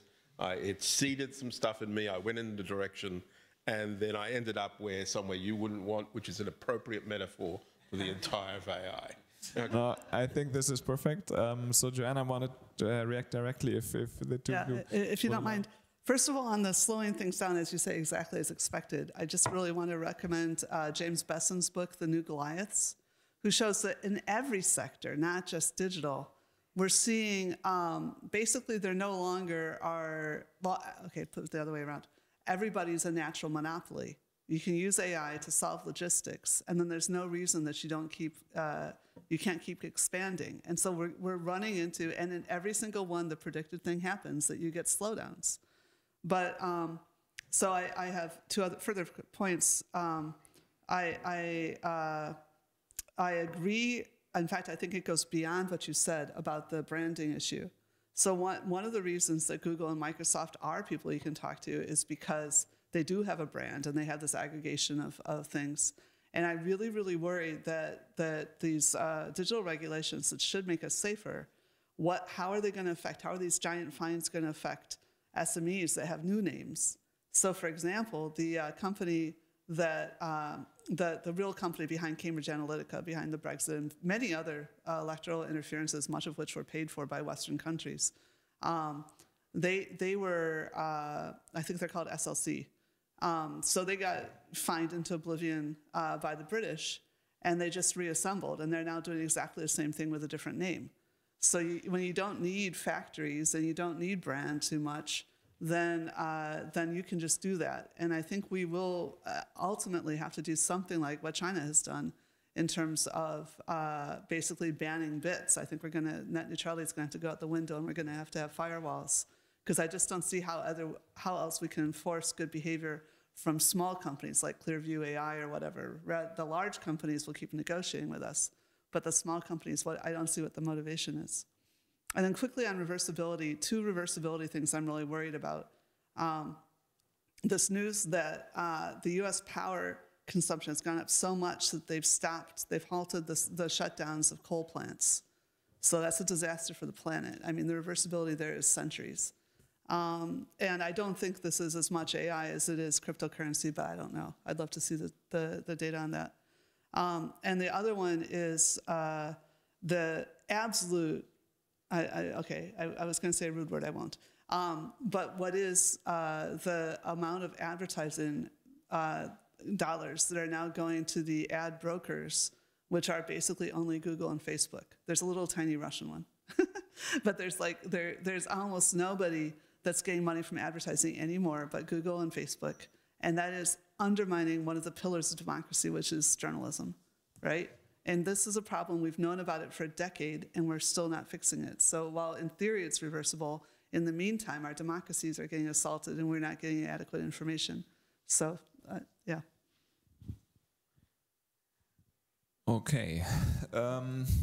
So I had one question here, and then I would like to ask some other thing to Flavio. So when you talk about this, the brand value, the loss of brand value as an incentive, so do you think that would apply to any type of AI, or do you mean specifically lower risk where there's no regulation, and for higher risk we can, I don't know, rely more on regulation to solve the issue?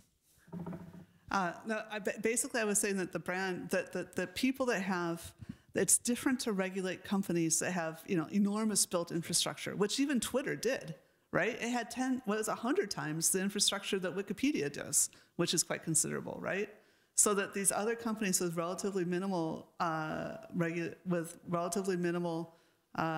infrastructure and transient, it's pretty easy to figure out who the new SLC is. You can just find it on a Wikipedia page, I'm sure. And so their reputation they don't really lose. They just can disappear and then reconstitute somewhere else under bankruptcy laws and things like that. So that's what I'm worrying about. And I don't think this is limited to digital regulation as an issue. I don't know. Okay, thanks. So Flavio, so I saw one result in your slides that I think where you look at the keywords in firms, where for me it struck out there was this process automation and team management were quite high. So then I made a bit the connection that to automation here. Even though you had, I think you emphasized more the cloud services and I think content distribution or what it was. So did you look more into automation in your work? Okay, yes, I think that was one of the papers in which we were looking at keywords in the website of firms. We haven't looked more at automation in the context of AI, but we have done another paper with my colleagues at the OECD, where we look from a broader perspective, perhaps, at the links between productivity growth and employment growth, which to some extent relate to the debate on automation. And there what we see, we basically look at the link between changes in productivity and changes in employment and different levels of aggregation at the firm level, at the industry level, and at the more macroeconomic level, taking into account links between industries and the way in which they are connected. And there we see that changes in productivity and productivity grow overall through the various mechanisms, taking into account the various mechanisms that go in different directions. At the end of the day, tends to be positively linked with changes in employment, with more positive impact at the firm level, more average around zero impact at the industry level, and once taking into account the links across industries, this goes into positives. This was the work where we addressed more directly the automation. It was a little bit less on AI. What we did more on AI, to go back at the different ways in which this is measured, and probably at the extent to which different groups of firms may benefit in terms of productivity, which links to the discussion also in Jim Bessen's book and what you were mentioning before.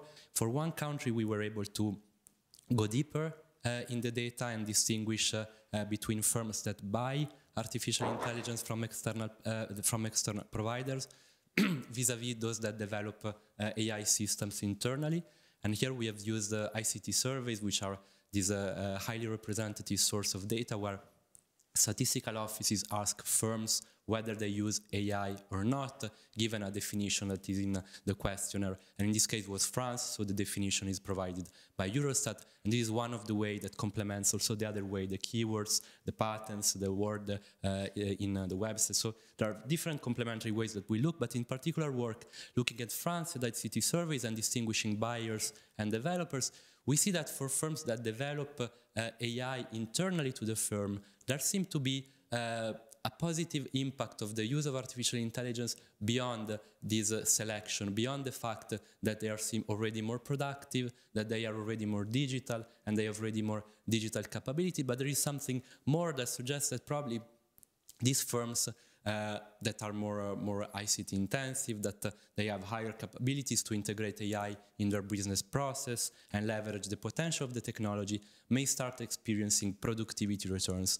In this sense, combined with the evidence that AI users tend to be larger and more productive, if then AI provides benefit to productivity, there is probably a risk that these divergences between the best performing firms and the rest that are also at the core or a reference into Bessen's book and at the core of recent OECD analysis may further increase over time, highlighting a critical role for policymakers in this context to foster inclusive digital transformation by focusing, for instance, on skills, on strengthening skills also beyond ICT skills, education systems, digital capability, the foundation of digital infrastructure, as well as addressing the regulatory challenges of AI. I'm not sure it replied entirely to the question, but I hope it goes in the right direction. No, of course. So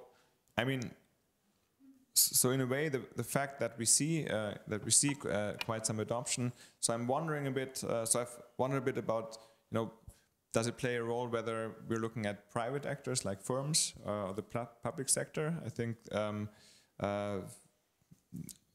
in the end, of course, I don't know, products should probably be regulated the same, but the question of the objectives might be resolved different. And so coming back to the objectives. So you mentioned we need to, at the small level, we need democratic culture and small-scale efforts. So I think I completely agree with it, but it seems very difficult and long-termish. And so, could you say something about? Do you think that the AI Act and maybe even more so the existing laws, that protect us from harmful objectives, will not already, go a very long distance from that? I mean, it's obviously a large set of questions, but like to take one example, right? We heard about the GDPR and privacy legislation, and maybe to unjustly summarize, I guess we heard a position of like it does the right thing, or maybe it went too far. I would actually argue in some ways it didn't go far enough. in the following sense, and that gets back to the question about democracy, which is if we think about data protection as a means to prevent harms, downstream harms from machine learning, AI, automated decision making, then I think there's fundamental limitations to what individual level rights can do in the sense that privacy legislation like the GDPR provides, right? So slightly stylized, we can think of that as like individual property rights, like data that pertain to you are your property and you have your right to withhold them or to temporarily give them away and then recall them. But if you think about what machine learning does, or statistical analysis more broadly, it's all about patterns across observations, right? It's not about individual observations. And so anytime what we care about is a pattern across observations and not just the individual data points, then any individual level control over these data that pertain to you won't make any difference. And there's a lot of like, I don't know, more formal theory around differential privacy and so on, which essentially tells us you can completely protect individual data without harming in any way like any downstream learning and therefore any downstream decision making. Or in economics terms, what we have is what's called data externalities, that if you share your data, it might be done in a way, especially if it's like with subject to differentially private mechanisms, that doesn't really impact you in any way, positive or negative, but still all the collective consequences remain unaffected. And so what that really implies is if we have these massive externalities, which are kind of the first order point of learning and AI, then we need more collective decision making. And so we need to find ways of building institutions where we collectively exert control over the data that concern us and don't just relegate it to individual level decisions. How that could look like, I mean, there's various ideas that have been floating around, things like data trust and others. I don't have good answers how to actually implement that institutionally, but I think it has to go beyond the individual level. Sorry, but no, the second part of your question? Or? I think this is, I mean, you just specified, I think, extremely important harm. So I guess when you think about product or device regulation, then we think about more easily definable harms. But so Joanna wanted to react on that, and maybe can I add a question onto that? So do you think the AI Act is a move in that direction? So is some of this covered or not at all? This will be different. That's exactly what I was going to talk about. First of all, I just fully agree. For a long time, I've been thinking that, and telling people that I think we need to be proactively sort of sniffing for abuses. You know, we're never going to know for sure what data people hold. So being able to tell if there's inappropriate levels of prediction being done is hard. It's just absolutely hard. You know, people were already able to make predictions based on like, you know, where you went shopping and, you know, and now where you move. You know, people are shocked. They move into Prenzlauer Berg and then they get like baby buggy advertisements. Like, how did you know I was pregnant? Well, who moves to Prenzlauer Berg, right? So there was, yeah, no, and I can't have babies anymore, but if I could, I probably would. It's a great place for babies. But anyway, this is a bit of a digression. Anyway, the point is that, yeah, I absolutely think we need institutional scale and more like class action things. And I think this is still so one of the things that happened to the AI Act last year was it was shot so full of holes and yet expanded and bloated. I don't know, it's like sponge-like somehow, that there's quite a lot that's still being decided. And in sort of this, what is it called, designated, delegated or something, legislation. So but I believe that there is this understanding that both the individuals should be able to pursue if there are individual harms, but also that there is going to be sort of boards and things set up to look for these larger harms. However, what everyone is worried about across all this legislation is that not enough resources have really been set aside to actually do adequate enforcement. So we'll see how that goes. This was actually a question I had written down earlier because they just announced this new EU's AI office, and I think we talked about the EU's enforcement efforts also for DMA and DSA, yeah. And I think what they do is largely pulling personnel from other units. So how? Yeah, there's a lot of rumors about it being a real mess. Again, I'm trying not to use the bad words, but one of the interesting things to me, again, as an American, like when I first came to Britain, do you know this game rugby? This is maybe too obscure. So there's this game American football that as soon as the ball goes down, everything stops and they change people and everything, right? In rugby, they put down the ball, they pick it up again, and you keep going. And it was like endlessly fascinating to me that, wait, they're still going, you know? And it's kind of like that with European legislation, that it's not like, oh, they made this big mistake, it's over. They actually then go and fix it. It's really kind of weird, so we can help.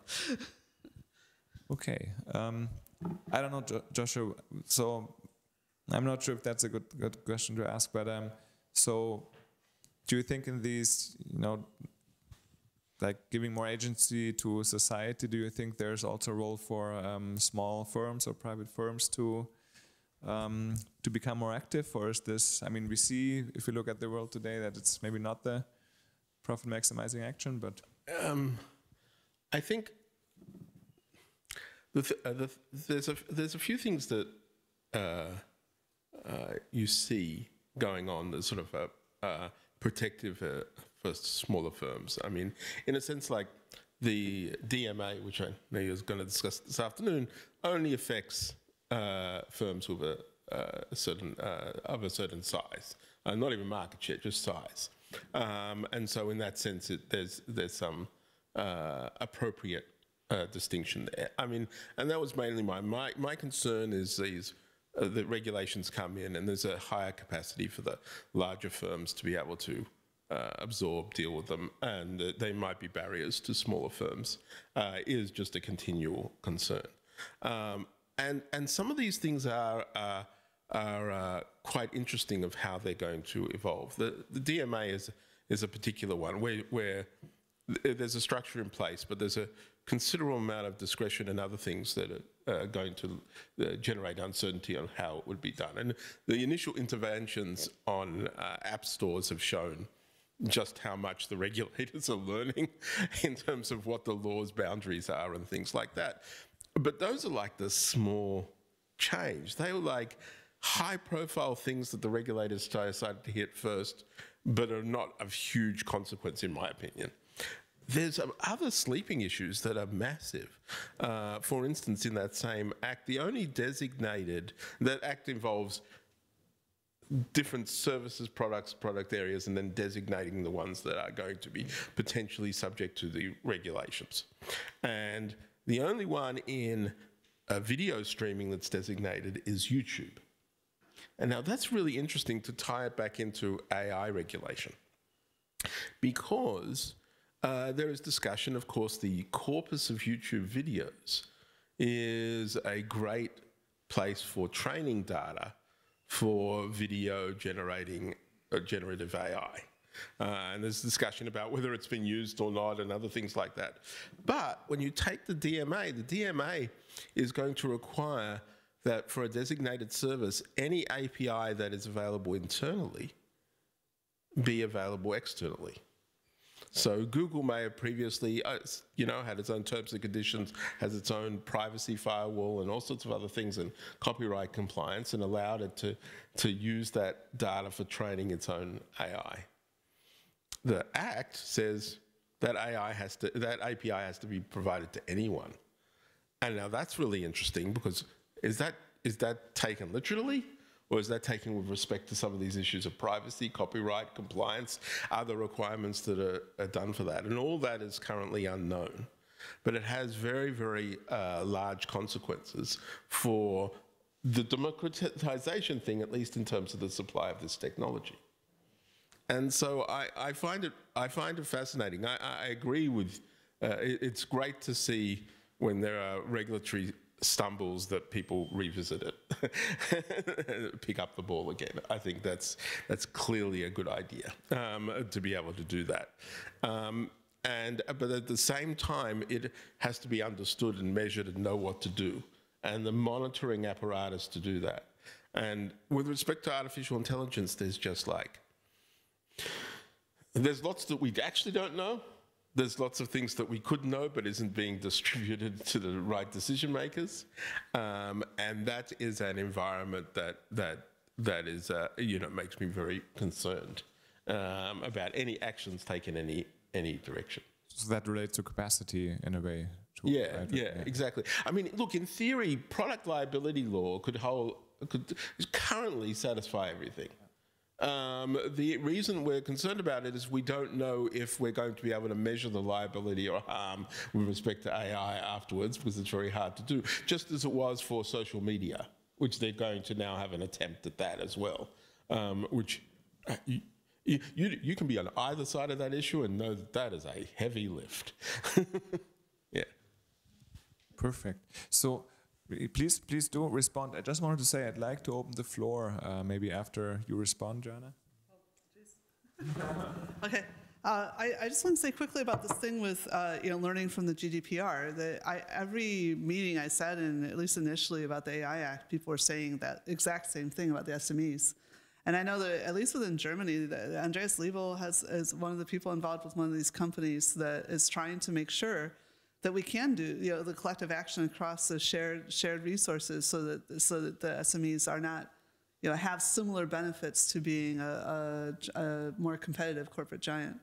Although I must say there is actually quite a lot of cooperation between GAFAM, the entities formerly known as GAFAM, for things also about addressing, for example, social media harms. So they construct these weird things that are trying to watch, for example, terrorist output, and then they're just entirely doing it all with the government's barely even knowing what they're doing, but the government's just saying, oh, good, you're doing something. So I find there's a really weird, interesting ecosystem out there of supposedly doing these ethical acts. But again, I think this is the future. We have now, this is going back to some of the earlier papers, that we now have so many more abilities to make reconfigurable alliances very rapidly. So we probably can handle a lot of things. I just want to say, with respect to this opening up the APIs thing with the Digital Markets Act, one of the things people have talked about with respect to this, and maybe this will come up again in market concentration, but that is, well, so after the World War II, I mean, the US had done a lot of work on antitrust, and they forced the Germany and Japan to take on their views of antitrust. And yet they had this national champion called AT&T that they didn't want to break up. And so they released all of its IP. They said, okay, you can still file patents. You'd better if you want to be able to use the IP yourself. But everyone else, they're no longer defended. Anyone can use AT&T patents. And that was originally seen as a failure because nobody invaded. There was no other telcos. But now in retrospect, people think this is where the American computer industry came out of. So it was actually an incredibly good idea. So that is one of the things that James Besson recommends, rather than breaking companies up, is to just release their IP. I think more generally, a lot of people are moving, they're afraid and they're arguing that we shouldn't be talking about these things as potential utilities, because among other things, we have no way of knowing what a fair price would be. So coming back also to some of the other things. And I just think this is the most rubbish argument. If you can't calculate the fair price, you just guess one and see if the market moves the wrong way, and then you move it. That's just the old generate and test theory of, but it's better than nothing, But this is, when the market can't provide the information, governments have to step in and try to do it. And that includes fairness and lack of corruption, right? So. Perfect. I think there was a good temporary conclusion. So do we have any questions? So Oren raised his hand first. Maybe you can quickly say your name and...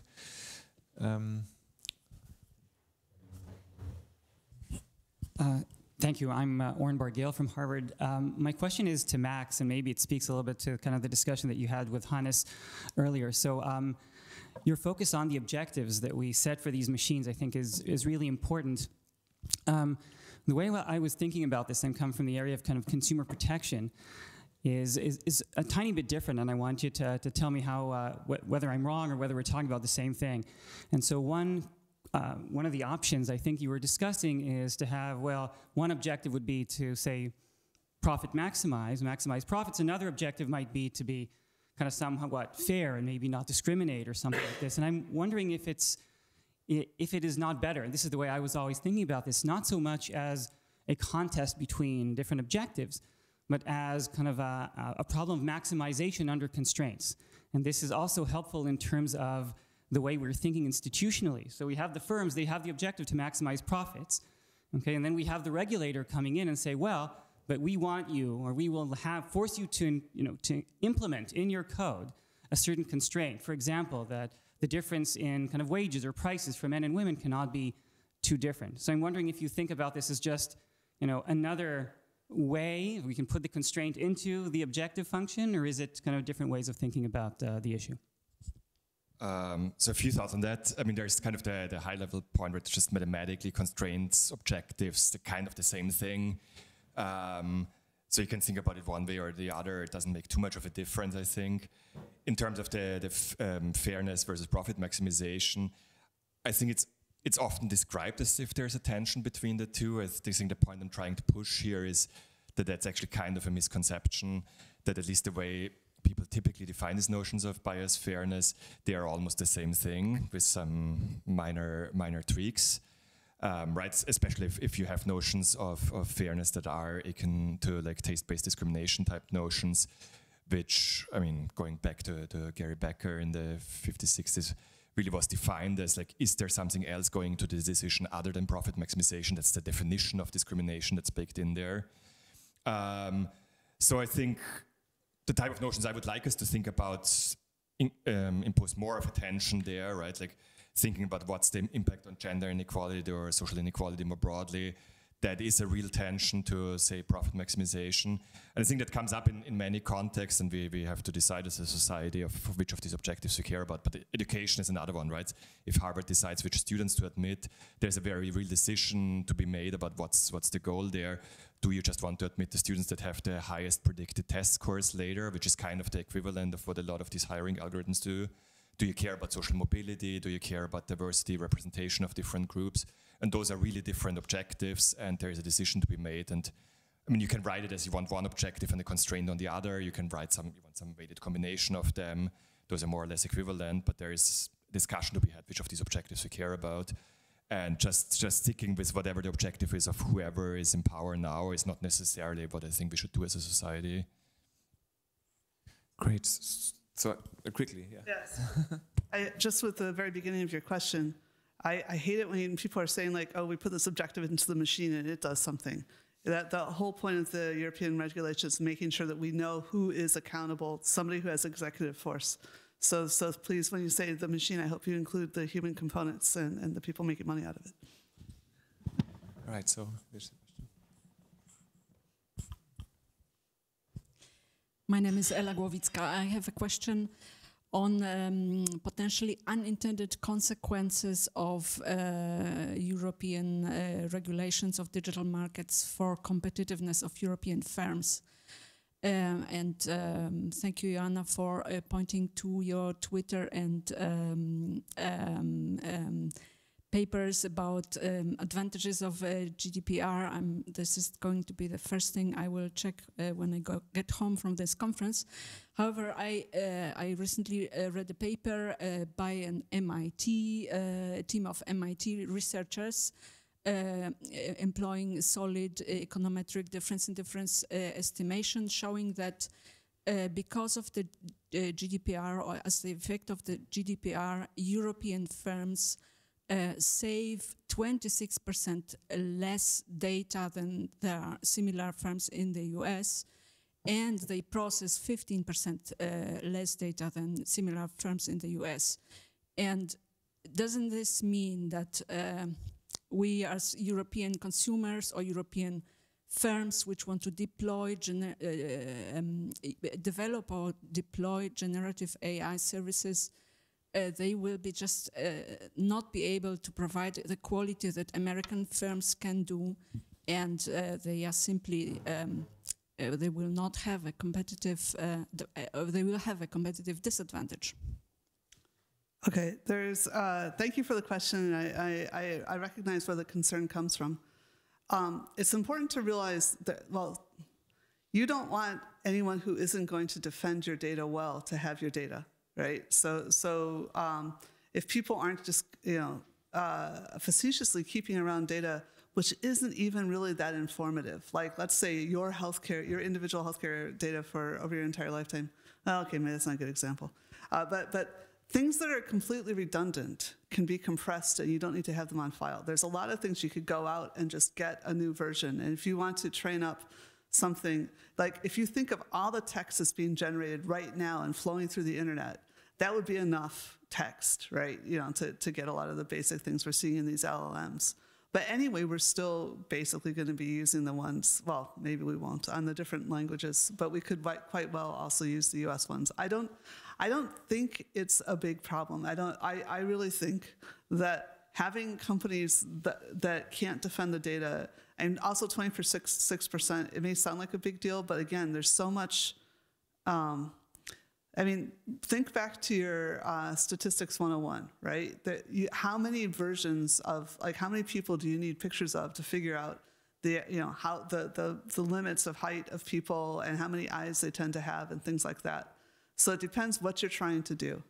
And so, yeah, I wouldn't take a raw statistic like that and assume that you know, that data is not oil and it's not gold. Right? It's not something that's like a set of elements that are all necessarily equally valuable to each other.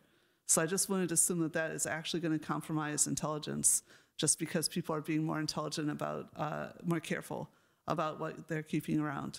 Yeah. Did you want to add it? Or?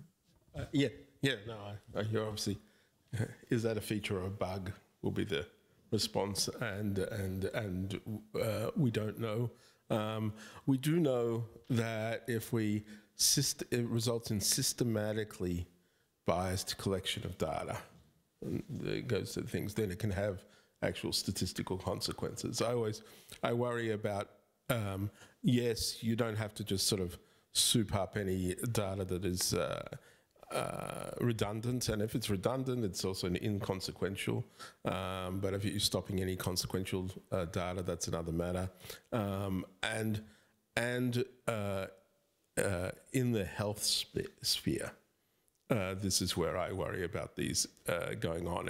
If I've had any, you said, and I just want to react to it as it is. You don't want your data handed to people who don't have full control and understanding of things.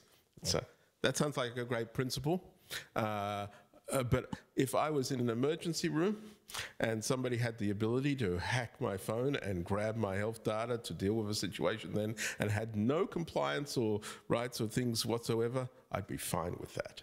So you sometimes, you know, there's. Let me put it this way, and I'll put it in the strongest terms. You know, sometimes the lawyers need to lighten up a bit.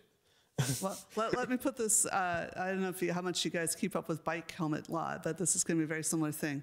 So maybe while you're in the emergency room, you're thinking, oh my God, if only somebody could break into my phone, or you would if your brain was still intact, right? But on the other hand, what if people being able to hack into your phone massively increase the probability of being in the emergency room, right? So that, yeah. That's good. We've got the same units for cost-benefit analysis. Okay, so that's a great discussion, I think, for in the coffee break. So I've seen 3 more questions. So let's try to be brief, Tommaso. So do you want? Let's take the guest first. So Carsten, and then the guy here. I have the dinner. So all the way in the back, Carl, please.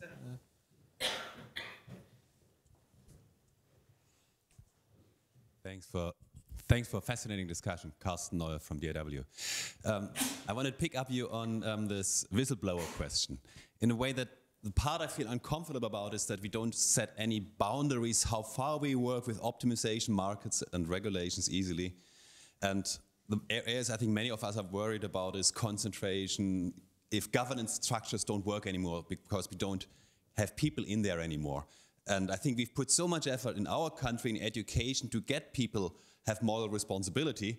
And if we now allow a technology to develop structures that can override all of this by allowing terroristic or other organizations to work without people and therefore far more concentrated, and all the leverage we have to open them breaks.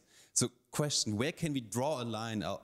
And I think sometimes we seem to be more successful, nuclear proliferation or so, is more successful the anti-treaties than I ever expected them to be so far. And I feel, how could we get, after so many years, this in any discussion at the starting point, rather than perhaps a separate discussion to integrate it?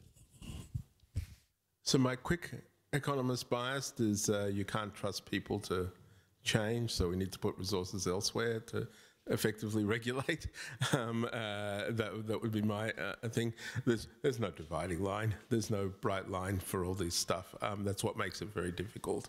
That's why we have to be, as everything. Here's the throwaway term that's totally useless: multifaceted.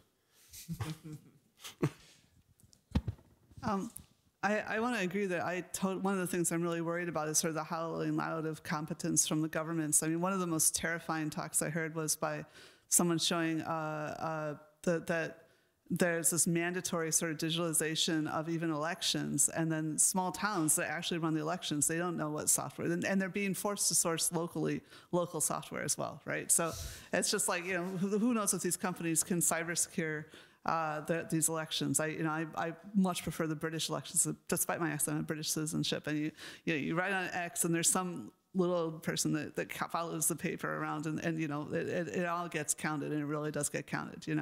So I think this is a problem that goes beyond the digital regulation. I think that the leveraging of consultancies and the consultancies' interests in keeping themselves leveraged, and then this is a big problem we need to deal with it. I think there is. It does go back to kind of these reward function things. There isn't a single company I know, that nobody I've talked to, that all they think about is shareholder value. Right? They have other things, other parts of identity. And this is one reason I think the DMA is right to worry about scale. Maybe if you get too large, then all those interests, those individual human interests, get leveraged down, and you only have left shareholder value.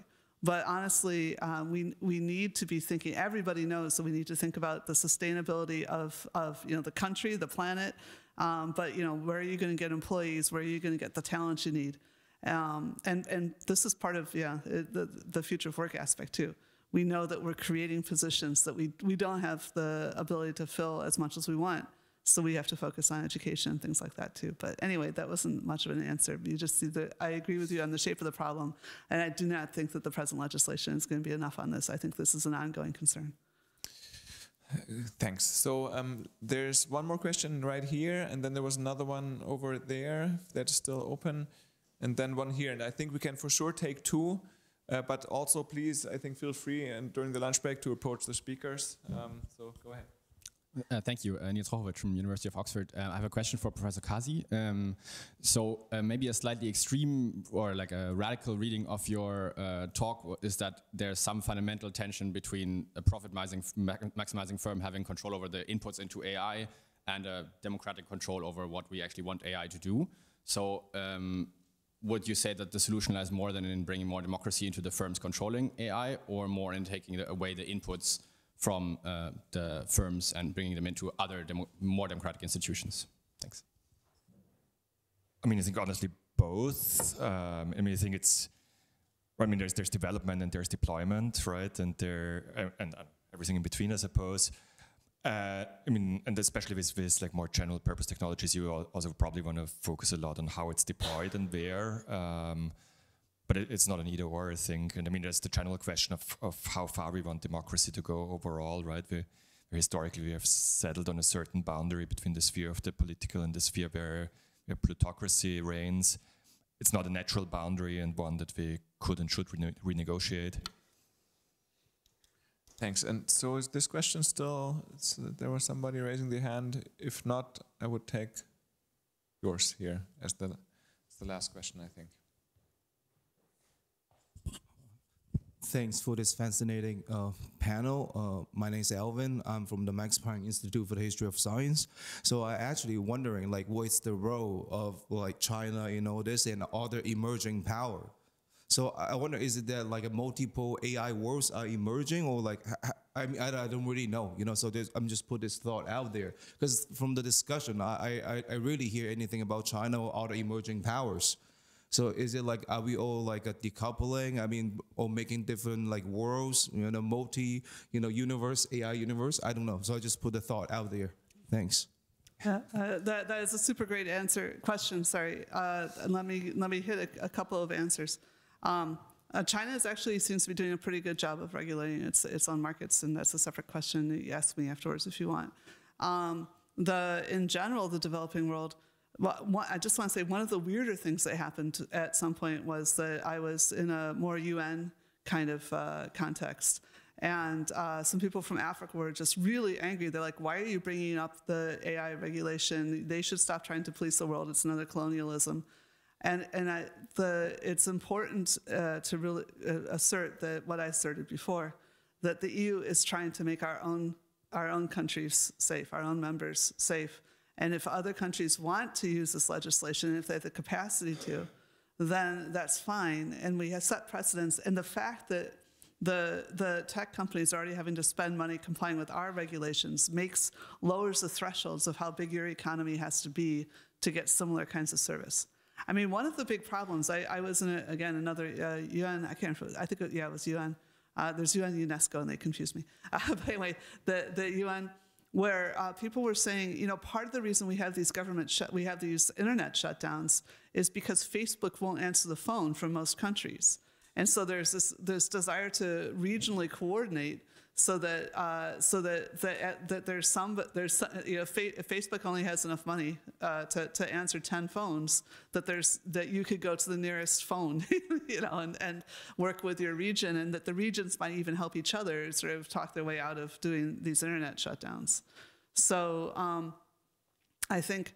And then finally, I'll say that there's really interesting cases you can go through. I don't know the African one as much, but the South America, you can see as digitalization comes into the countries, some of them it's increasing inequality, some of it's decreasing inequality. It really does matter how you implement your digital governance has a big impact. There's not a single outcome.